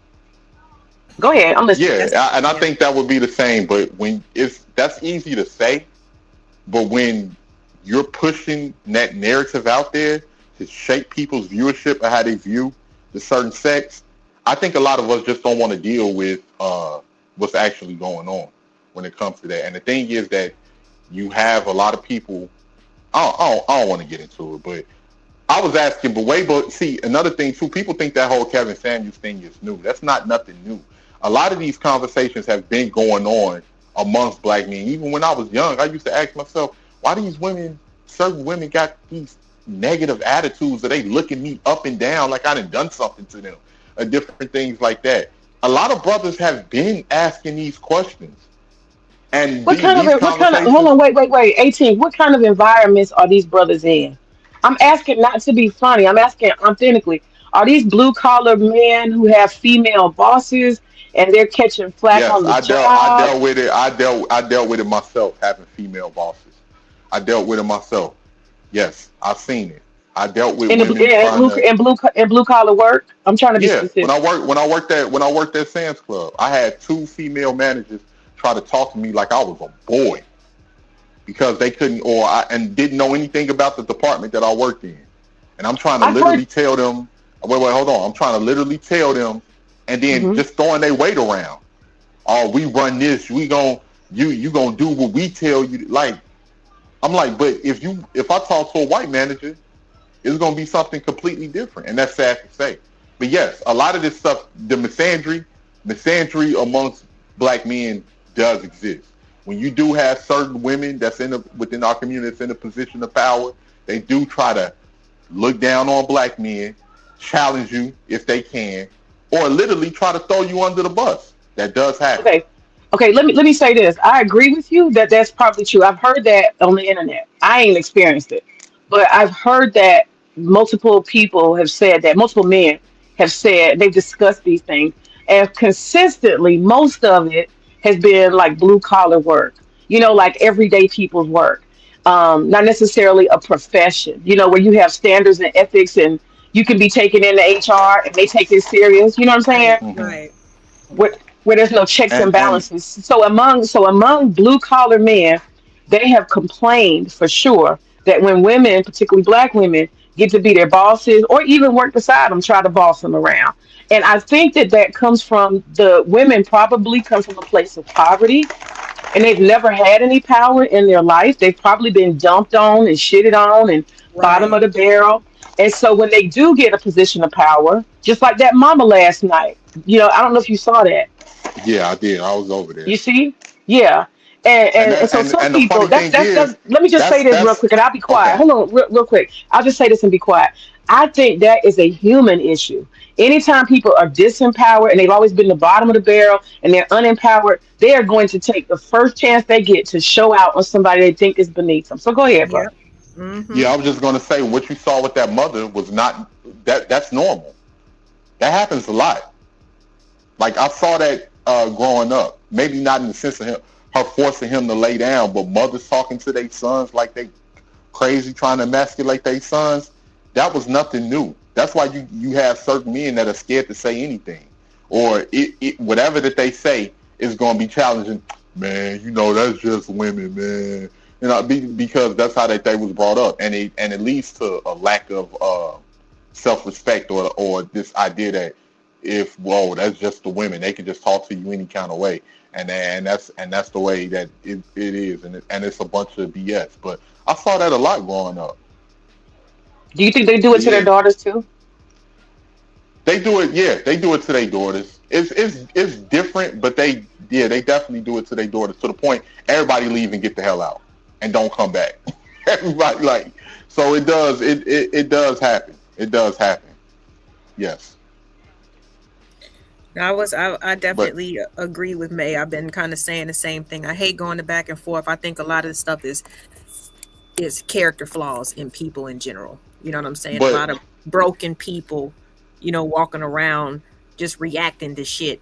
You know what I'm saying? That's why you gotta pick and choose, especially since we're old enough, like we just disregard the nonsense, man. Like we should know, this person is not a stable person.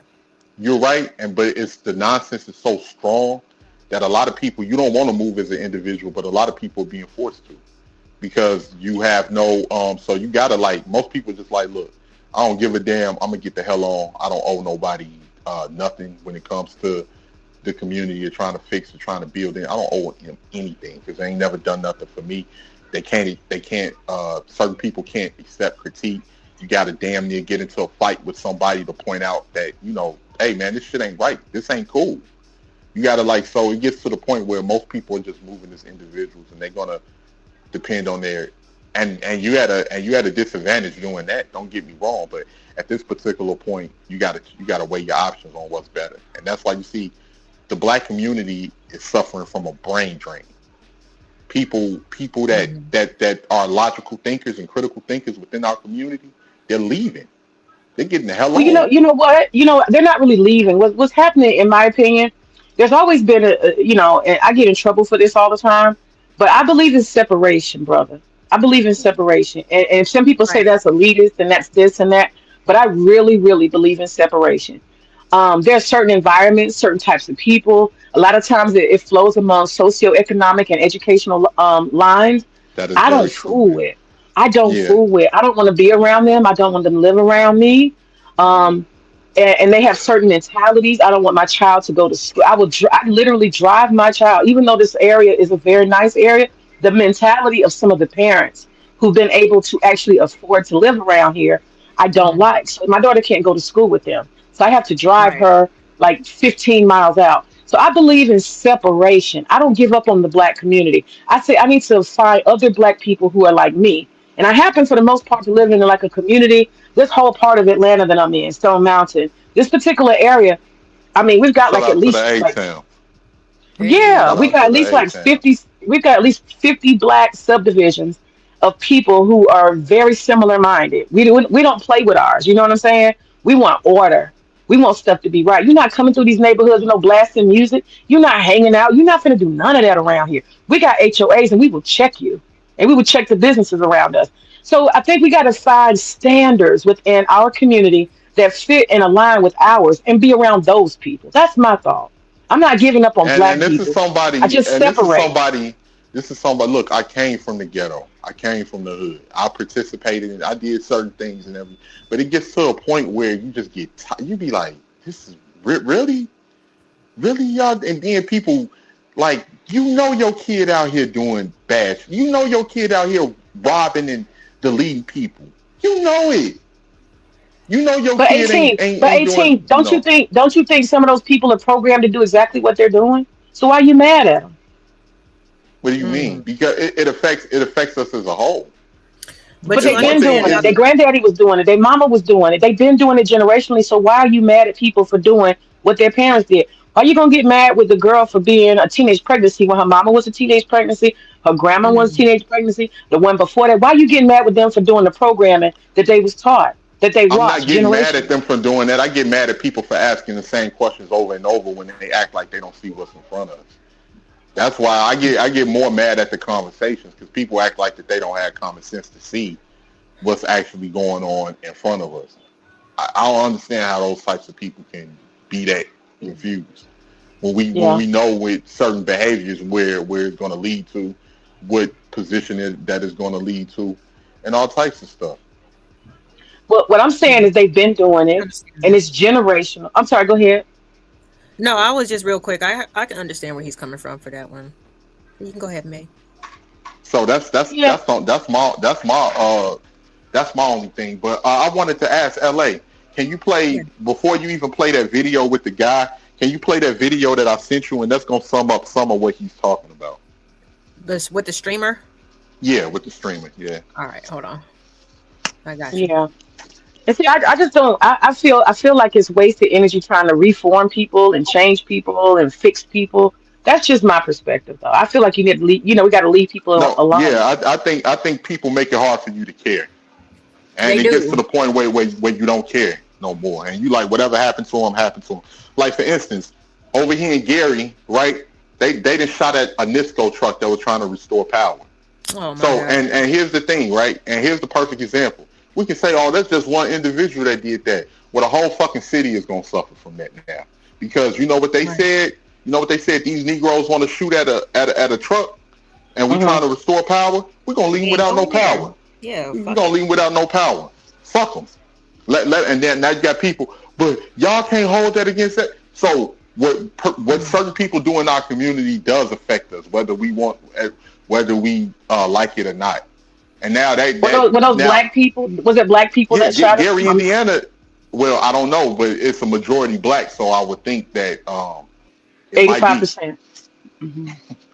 It might be because it's right outside of Chicago, so it may be. And really, what it comes down to is that what certain people do affect us.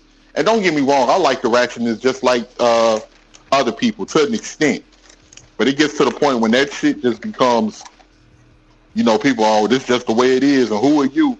You don't want a motherfucker to care. It's the way it is. I can't stand that. you don't want nobody to care about. You don't want nobody to care. And then even when we call out a coon, right? We know coons exist, but at the same time, why the hell you care that they cooning if you know you don't want them to tell you anything? If you don't know that they don't want to critique, they feel like I can't get nothing from the black community, I might as well go outside my community and make some dollars by putting my own people down. That's the way a lot of people think, but Well, I found mostly the coons are people who from the hood. That's what I found. Most of them, like real coons, they from the hood. They tired. They got hood fatigue. That's what I found. Like John Gall, you know what I'm saying? They got hood fatigue. Yeah. And so they're lashing out at the world. Say what now? No, I'm sorry. That's a good example. Yeah, they're lashing out at the world. They got something to prove. And I like LA said, you get to be an adult, you got choices. And that's what I would promote for somebody who wants peace of mind. Because I tried to go into the hood and the ghetto as a teacher and change folk and rearrange people and fix them and this and that. Yeah. Right. I would not recommend that, because what you're going to find is you're going to spend a whole lot of energy trying to change generational curses and a whole lot of fucked up mentality that your little hour a day that you're spending with somebody is not having no kind of impact. Okay. You can preach, you can do all of that. I had girls, I would sit down. She said, I'm about to fight that bitch. I'm going to fight that bitch. And I said, oh, this is a teachable moment. Let me sit down and talk to this young lady. Let me tell you what your consequences are, because maybe nobody ever talked to you about making good decisions. So if you do choice A and you stay here, you do your work, you have a great day, you go home and you come back tomorrow, and you can keep your grades and you can graduate on time. Now, if you decide that you want to go out here and fight this girl, you're going to get arrested, you're going to go to jail, your mama ain't got no house, so you're going to sit there, and then you're going to miss a lot of days, you're going to be suspended, and you're probably going to get behind and you're not going to graduate. So let's make better choices. Can you hear me, 18? Yeah, I can hear you, man. Can you hear me? Making that food, goddamn. Oh, I'm sorry, y'all, because I thought I had muted up. You all right? So what's this video right here? Because it's only it goes to show you when he said like about aggression and everything. It's going to show you, because this happens often too. Watch this real quick. All right, let me see. Let me make sure the volume is on. That won't even be a thing. Excuse you. What? Didn't you hear me? You can have some manners. Like I said, excuse you. You can have some fucking manners. Like I said, excuse you. You can have some manners. Like I said, excuse you. You see what I'm saying, bro? I should really fuck you up. You can call your nigga down here too. Go to my crib. You got no fucking respect. Dumbass bitch. Suck my dick. And y'all niggas just be what? Word of mouth. Wait, come here. Suck my dick, dumbass bitch. Wait, why she get on that? Nigga, cause she was walking. Ask Petey, bro. Petey's my. She bumped into you with that shit. I seen it. Looked in front of us, and she was like. She said, excuse you. I said, what? What's that? What'd I say, Petey? Jay Drunk. I don't even know. I didn't say nothing crazy though the first time, right? Wait, can you have some manners? Yeah, I said, can you have some manners? And she also. Then she threw her fucking drink at me, fucking dumbass bitch. She just started whining. Yo, bro.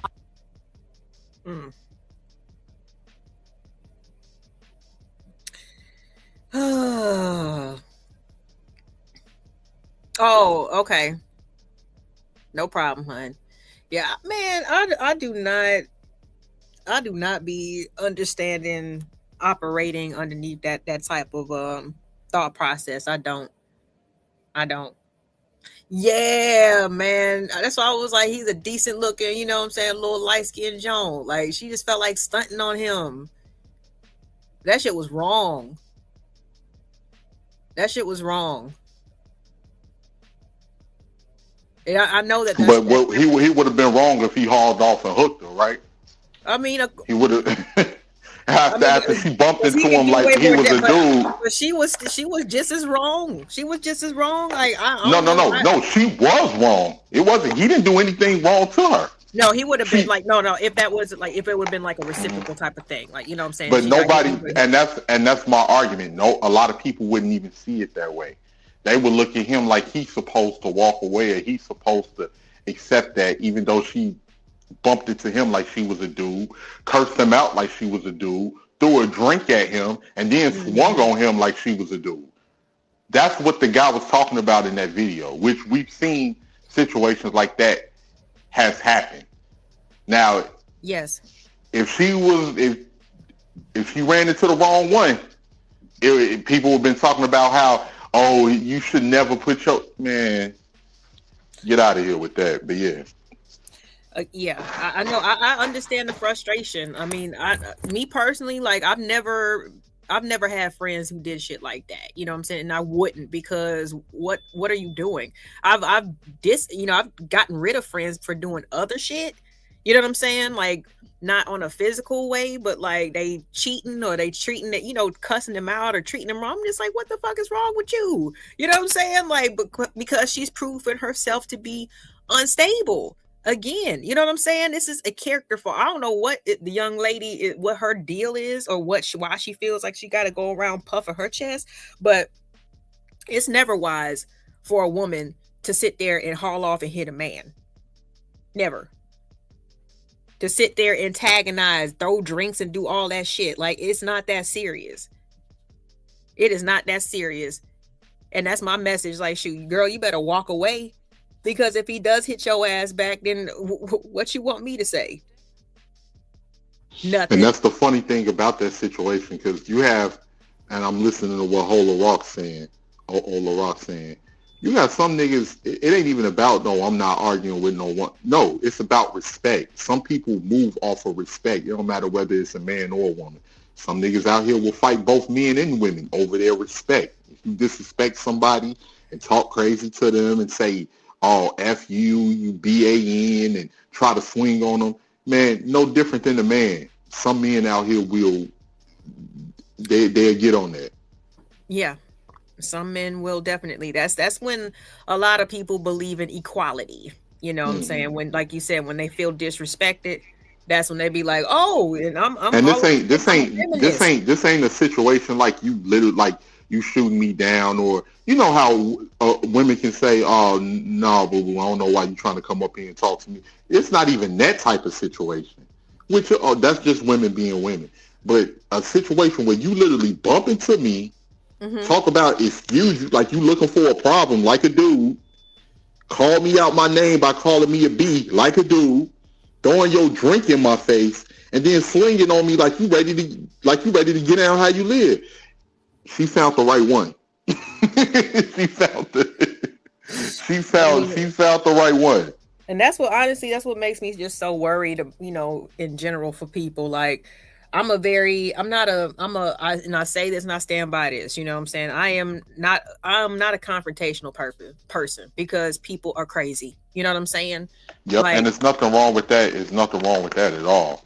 But like, if she would have ran past thank you, well, fuck you, bitch. Like, you know what I'm saying? Like I said, yeah, because you're a woman. You're a woman, and you're trying to, and you got to get out of that type of situation because that person is bigoted, But women that think like this, if she would have ran past the right one on the wrong day, would have, it wouldn't have been nothing nobody can do. Yeah, you're absolutely right. And even with and I believe in the saying that everybody can't go. You know what I'm saying? Everybody can't be saved. Some people, like you said, they gotta be, hey, what happens. You know what I'm saying? You get your jaw rocked. You feel me? Like, hey, I don't know what you want me to say because you shouldn't have been doing XYZ. Like, things have consequences, and you can't just assume that the person that you choose to engage with, you know what I'm saying, in conversation or conference or whatever is going to be fair. You know what I'm saying, with the situation. Like, they gon', depending on where they coming from or what type of PTSD, what type of boundary they got set up for their respect. You know what I mean? You can't determine if they gonna play fair or if they're gonna do something reciprocal, if they're going to keep it to just words. You can't assume that. So And I think, and it's gotten to the point within our society, and I know it's some no good dudes out there, LA. I understand that you've dealt with your share of those type of men, but it's gotten to the point where it's like you have certain people within our society that think, oh, you can go, I'm just going to hit you or do something to you and there ain't going to be no consequence. Just like another video I saw where a man was being respectful to the woman got to cursing the man out in front of her son. Then she turned around and threatened the dude talking about some, oh yeah, because I got mines on me. He was like, what? I got mines on. What are you saying? What are you talking about? I'm like, you doing this in front of your child. So now you can turn around and put you and your child in danger, threatening somebody like you're gonna do something to them because you got a firearm. It's people like that is people like that take people there. And then if that person, and it's all good if you feel that you got the upper hand and you ain't got nothing to lose, it's only till you run into somebody else who ain't got nothing to lose. And then we see who gonna be the victor out that situation. But you know what? And it's like, I heard what you said earlier. I think we've all had bad experiences with both, whether you be men or women, right? But like, that doesn't stop me from seeing, people. Oh yeah, I agree 100%. You know what I'm saying? Like, I'm talking about, yeah. I can't let somebody else, you know what I'm saying, who wasn't, balanced or wasn't stable, cheat me from what I'm supposed to have in my goddamn life. Yeah, and I agree with you 100%. And I agree, and I'm all for the sisters out there that have your type of mentality. You too. The That's sisters, not just for the sisters. No. I'm just talking about women like y'all. You, May, Candy, women like y'all that carry themselves, But like, we talking about influence and like with, oh yeah, May, we know all y'all packing in the South. We know all y'all packing in the South. But we talking about how it's so easily to be easily influenced to. Yeah. It seems like to me too. I don't know if you feel the same way, but it seems like in this day and age, people are getting more dumber. It seems like a lot of people are getting more dumber and slower. Yeah, that's why they react so fast without thinking. You know what I'm saying? That's why they're quick to do some throw a drink and punch a nigga in the face type shit. You know what I'm saying? Mm-hmm. Like, that's why because they're not thinking. They're not thinking. When you live in ego, like, that's like the lowest, one of the lowest vibrations to exist in. It's important to have your ego intact. You know what I'm saying? And for it to exist. But there's too many people who are living in their ego. You know what I'm saying? And it don't take nothing for people to feel like that shit is threatened. And it just, and they stop their critical because they're very and they just insecure. They're very insecure, weak people. And ego masks a lot of insecurity. And it masks low self-esteem. It's almost like the people that keep trying to happen to tell themselves, oh, I'm this, I'm this, I'm this, I'm this. I do this and we this and we that. When it's really in you, you ain't got to do that.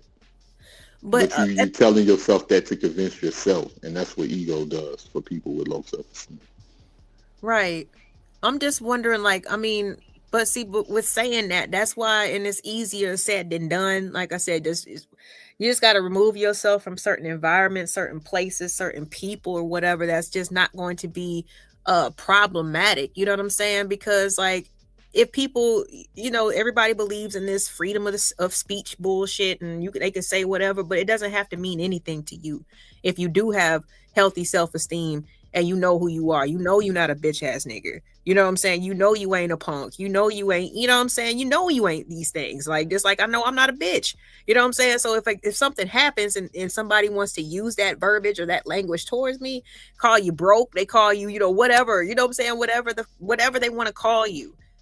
If your self-esteem is intact, and it's like, man, obviously, like I said, withdraw your energy, but don't let that shit bother Oh you. no, you're absolutely correct, and that just goes into my argument or what I was saying. Why you have a lot of people removing themselves from this environment. They're not coming back to help. They're not coming back to save nobody. They're not doing Right. none of that because it's not reciprocated. It's almost like you're doing it in vain. You're sacrificing yourself only for nothing to really change. And this type of people within our community is starting to take a toll on people that just want to be normal, that just want to live normal lives, that don't really have a issue with the opposite sex at all. But the influence is so strong. And with social media, the influence has been rampant. And it's just sad. Even when what you broke down with Saucy Santana, as much as I feel for his experience on what happened with that family member, you still got to think with a logical mind that I can't have you around my kids, because a lot of people, when that's done to them, they turn around and do it to other people. You know what I'm saying? Or they turn around and do it to other children, people that's been touched. They turn around and touch other children. And we've seen, and we've seen how he completely dodged those questions when it came to what Angela Yee asked him on her show. He completely dodged that question when he got too slick at the mouth and was feeling himself. Men want to ask me, kids want to ask me, everybody. He didn't even answer it. Shit. Oh, you ain't seen that? No. Oh my God. Not everybody want to. No, the other Yeah, clip it that I came had, back it to was haunt. he was on her other show, Lip Service, when the dude was about to send him 10,000. That was the same show. Oh my God. That was the Okay. same show. Okay. I had only seen That that was the clip. same show. Sometimes I can't be putting myself through full episodes or whatever. So that was oh damn, man. That's even more pussy. I hate to, I don't want to be the one that jumps out the window, but I'll be like, that's why I was like, how can you say certain things, And you they know was what I'm and they saying? was asking him about that, even as disgusting as it was to me. Even I guess some boys, I don't know if they was rainbow. I'm thinking that they had to be rainbow. Going up to talking about some I don't even want to repeat it, but practically when you hear his response, it's almost like I view myself as a woman, and I'm kind of happy that I'm getting that type of attention, where I got other people looking at me like, because that's what people really want. Is when you have men emulating women, they want attention, just like a Right. woman wants attention for Right. for for validation and everything. And that's exactly what was going on. That's when he said that. A lot of women like when you have, even though if it's men that they don't want, a lot of women like when they have men that wants the different men that's attracted to them. And that's exactly what these rainbow men want, because they're emulating women. Yeah. So, and especially with his background and the things that, whatever happened to him, it's bad, man. But that's the type of situation where you're like, yeah, I feel for you, man, but I can't have you around my kids like that. Can't have you around Right. my nieces and nephews, because I don't know if you may feel, oh, well, what happened to me, let me do it to somebody else, because that happened a lot of the times. Right. Yeah, they'll have to just be your cousin that you go to brunch with. You know what I'm saying? If anything, like, yeah, like, but having the family function, no, like, I'll come meet you at brunch. You know what I'm saying? Like, and we can, get something to eat and enjoy each other's company for a couple hours, and then I'm back off. Like, no, I totally agree. Like, and it is what it is, because you can't roll the dice with things that are important to you. You know what I'm saying? And Absolutely. a lot of people, for good parents, our kids are important to us. Like, we don't want to see them suffering in any type of way. You know what I'm saying? So, but that's another sacrifice. That's another thing that people have to be willing to do to make themselves uncomfortable. You know what I mean? Like, it's not just a community thing. It's it can even be for your own family type shit. Like some people don't have the strength to stand up to their family members, even though they That's know that true. there's some creeps. So they That's just like, true. well, we just gonna keep you away from them, baby. Like, no, I'm the one that's gonna cuss your ass out. You feel what I'm saying? Like, how dare you? And Hey, we ain't never coming LA, back. can I run past? Because I was gonna run this past Candy, and I noticed y'all been doing streams together. So can I run this idea past you on what I think would be like a good stream? I would want to see y'all do it together. How about because I feel like us as black folks too, in order to get away from some of the negativity sometimes, we got to do certain streams that can be interesting and fun and at the same time positive. I don't think black people dwell until they pass enough on past accomplishments and what we've done. So I think you and Candy should do a history on black fashion from the 1980s, 90s into the 2000s. And what fashions, and you play like a little game on what fashions y'all think should come back or what fashions should stay gone, or if certain fashions today would, if certain fashions today I'm should, typing this into my phone. yeah, and just do extensive research on you like 80s hip hop fashion, 90s hip hop fashion, certain fashion from, you know, different eras and different things like that, certain hairstyles. That'd be dope because that's celebrating our history and our culture on where we actually came from. And I think that'd be fun for people to participate in because I feel like a lot of days too, a lot of black people, we say we black, but a lot of black people don't really know about their own culture like that. They only know about the now. They don't really know about, you know, that's true. And we anything used to outside be, of that. boy, we used to be sharp, boy. You know, Like I'm trying to bring back some Tommy Hilfiger. You know that 90 they don't make degrees outside. They outside with the don't. button up with the suspenders, goddamn hat on. What you talking about? You know that they don't make Fila suits no more, Fila track suits no more. Oh, So I'm trying to get a couple. I bought one, trying to get me another one. okay.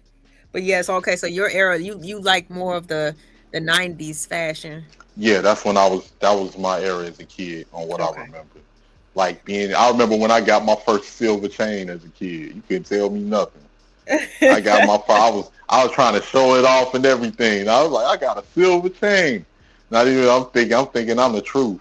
Back when we had the, you know, the crescent moon parts and the cut as boys, when girls used to wear the bangs over their head and all of that. And I think that'll be a fun stream to do. Yeah, that would be fun actually, because I don't know, because I was, you know, my sister was born like in the 70s or whatever. So when she was a teenager, she was definitely on her fly girl shit. And we lived outside of Chicago. We lived in Homewood, Flossmoor in 92. So you know, I live like about 10, 15 minutes away from Homewood. Oh, awesome. Yeah, so like she definitely was the one who had the nails, a different type of jewelry, you know, the initial jewelry, the Malcolm X hat with the top cut out so she could let her curls and shit pop out, like, you know, cross colors, Carl Kanai, all that stuff. I think that'd be if you and Candy do that together, I think that'd be a very interactive stream. That would be kind of a lot fun. With a lot of people, it'll be, you know, it ain't no debating, challenging back and forth. People can, you know, express some of their fondest memories on what should stay gone or what should come back. That'd be dope. Now that would be fun actually. I like how the games end up doing really well. You know what I'm saying? Like when we play games on streams, like that should be fun. I can't even lie. All right, well I got those notes down. You said starting at the 1950s. You want to go back that far? Nah. I said at the 80s. Oh, but I guess, you know, you could go back to the 70s, but you can mention the 30s and stuff.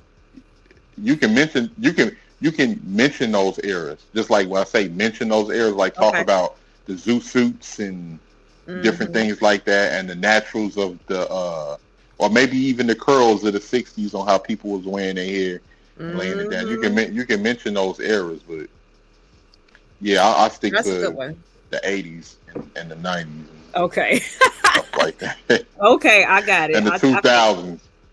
But the 99, the 2000. No, I'm just playing. Okay, I got you. 1980s to the 2000s. Okay. And get y'all pictures together Look up old pictures from the Source magazine. Look up old pictures from Double XL magazine, old Tommy Hilfiger promotions, old Carl Canal promotions, and different things like that. You get all of that stuff together, and that'll be a fun stream. Yeah, I think that will be too. I'll take that suggestion down. We'll try to get that together on like a weekend stream for us. Appreciate that. Yeah, that'll be super dope. Both of y'all do that, because I was trying to run it by Candy, but I lost track of time. But I figured that y'all can do that together. That'd be dope. Okay. All right. Well, I definitely will run it by her. She should want to do it. That's like I said, that's a fun game. I did one like I don't know, over a year ago with the old school like theme songs and jingles and shit. Oh yeah. When I would play like certain, like whether it be like a theme song for a show, like a TV show or something like back from like the 80s or the 90s or whatever. That was a fun game. I can't even lie. That was fun. We all knew growing up, especially if you ain't had no cable, when you heard that the world just don't move at the beat of just one drum. What might be right for you may not be right for some. You feel me like hell yeah. But it was like the Mario, Super Mario stuff, like all kinds of shit. Like it was just anything from my childhood. So yeah, that would be cool. Hey, remember when people used to record like different shows over tapes, right? Remember that one scene? I was just watching that the other day, and I was eating. I almost spit my food out my mouth. I was laughing so hard. Remember that one scene on Martin when Martin was trying to find himself, and Cole. He went to the coat thing, and Cole brought the tape over. He came asking for some milk. He was like, "Yeah, because Big Shirley ain't went grocery shopping, Gene, and I need some milk for these Fruit Loops." And Gina was like, "Cole, it's like 5 a.m. and Martin is missing." And he's like, "Oh, well, he did stop by and gave me this tape for y'all to watch." And Tommy's like, "Give me this damn tape. You talking about some fruit? You about as stupid as I don't know what." And here we go. And remember that part where Martin was saying, telling, he was on the tape, he was like, "Look, I just need to go find myself, baby. I don't know what I'm doing with my life. And I got a pager, Gina, baby. So if you need to reach me, remember, the number is 812 555. You just heard, good time. Somebody had to reach over the internet shit. Hell yeah. And she was like, Cole, what did she do?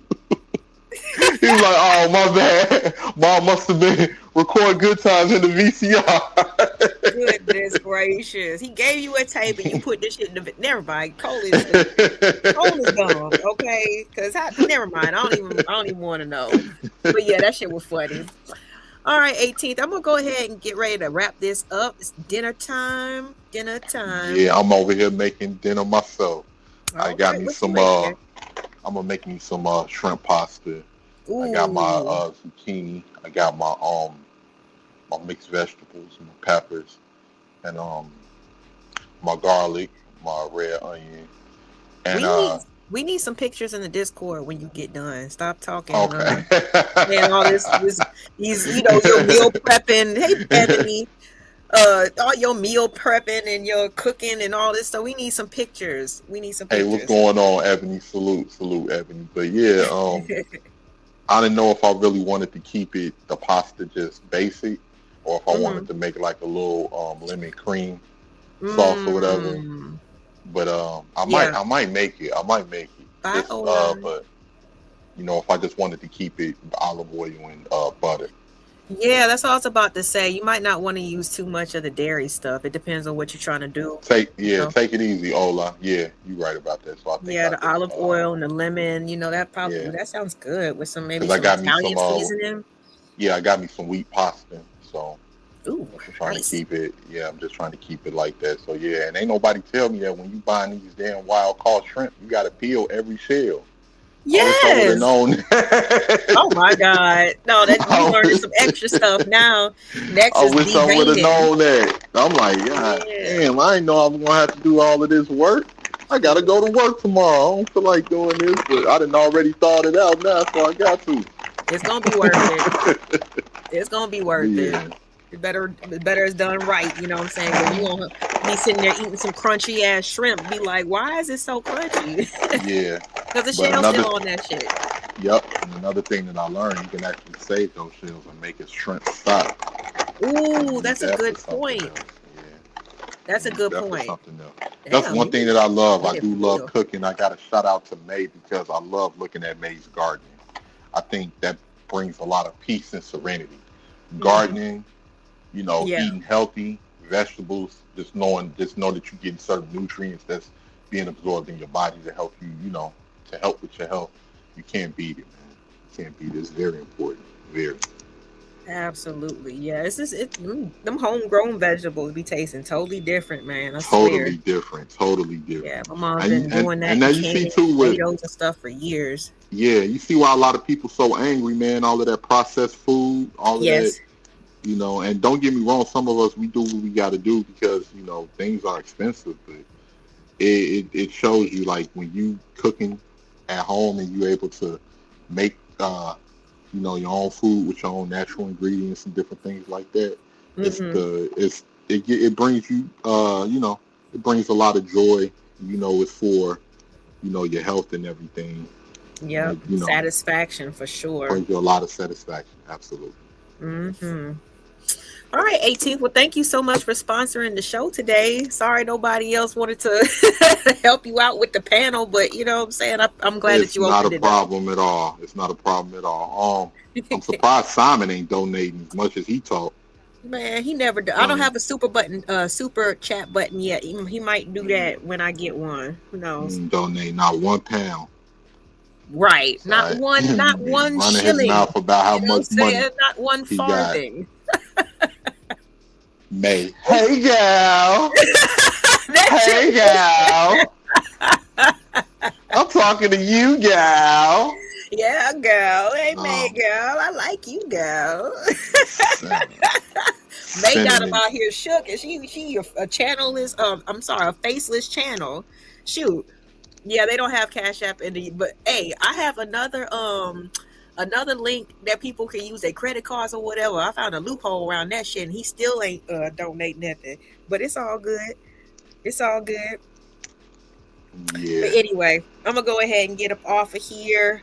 And I'll probably see you later on at Docs if you're not sure. Yep. You'll see me over there, man. Shout out to you, LA. Thank you for allowing me on your platform. Oh, Really anytime. appreciate it. You know I can get a little controversial with my views. I don't mean to, but I'll just be trying to make sense of it all when people, you know, and try to be just a straight shooter when it comes to on what I see that's going on out here. So shout out to you once again, and thanks for having me up. Shout out to Candy, and shout out to Ebony and May in the chat. So y'all take it easy. All right, that was 18th. I'll see you later. All right, y'all. That was appreciate May, Candy, Bronzebird for coming up and kicking it with your girl for the one time. Hope that everybody is having a great Monday, and I hope that you guys have a great rest of your day. And yeah, just thank you guys for rocking out. Shouts out to Rakim for being sponsor of today's show. Thank you also, Candy Cane, for your donation. And we're going to go ahead and get up out of here. Just be careful of what you surround yourself by. All right. Because even something that you might just see as something that's harmless and fun could have a little bit more of a hold on you than you'd like to admit. All right. So y'all continue to be good to yourselves so you can be good to other people. And I'll see you next time. Peace out.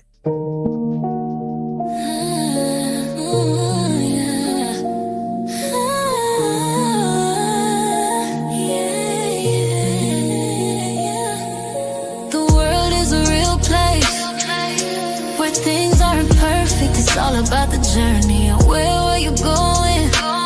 Fire in my eyes, I keep on growing. This is a little personal. The LA project.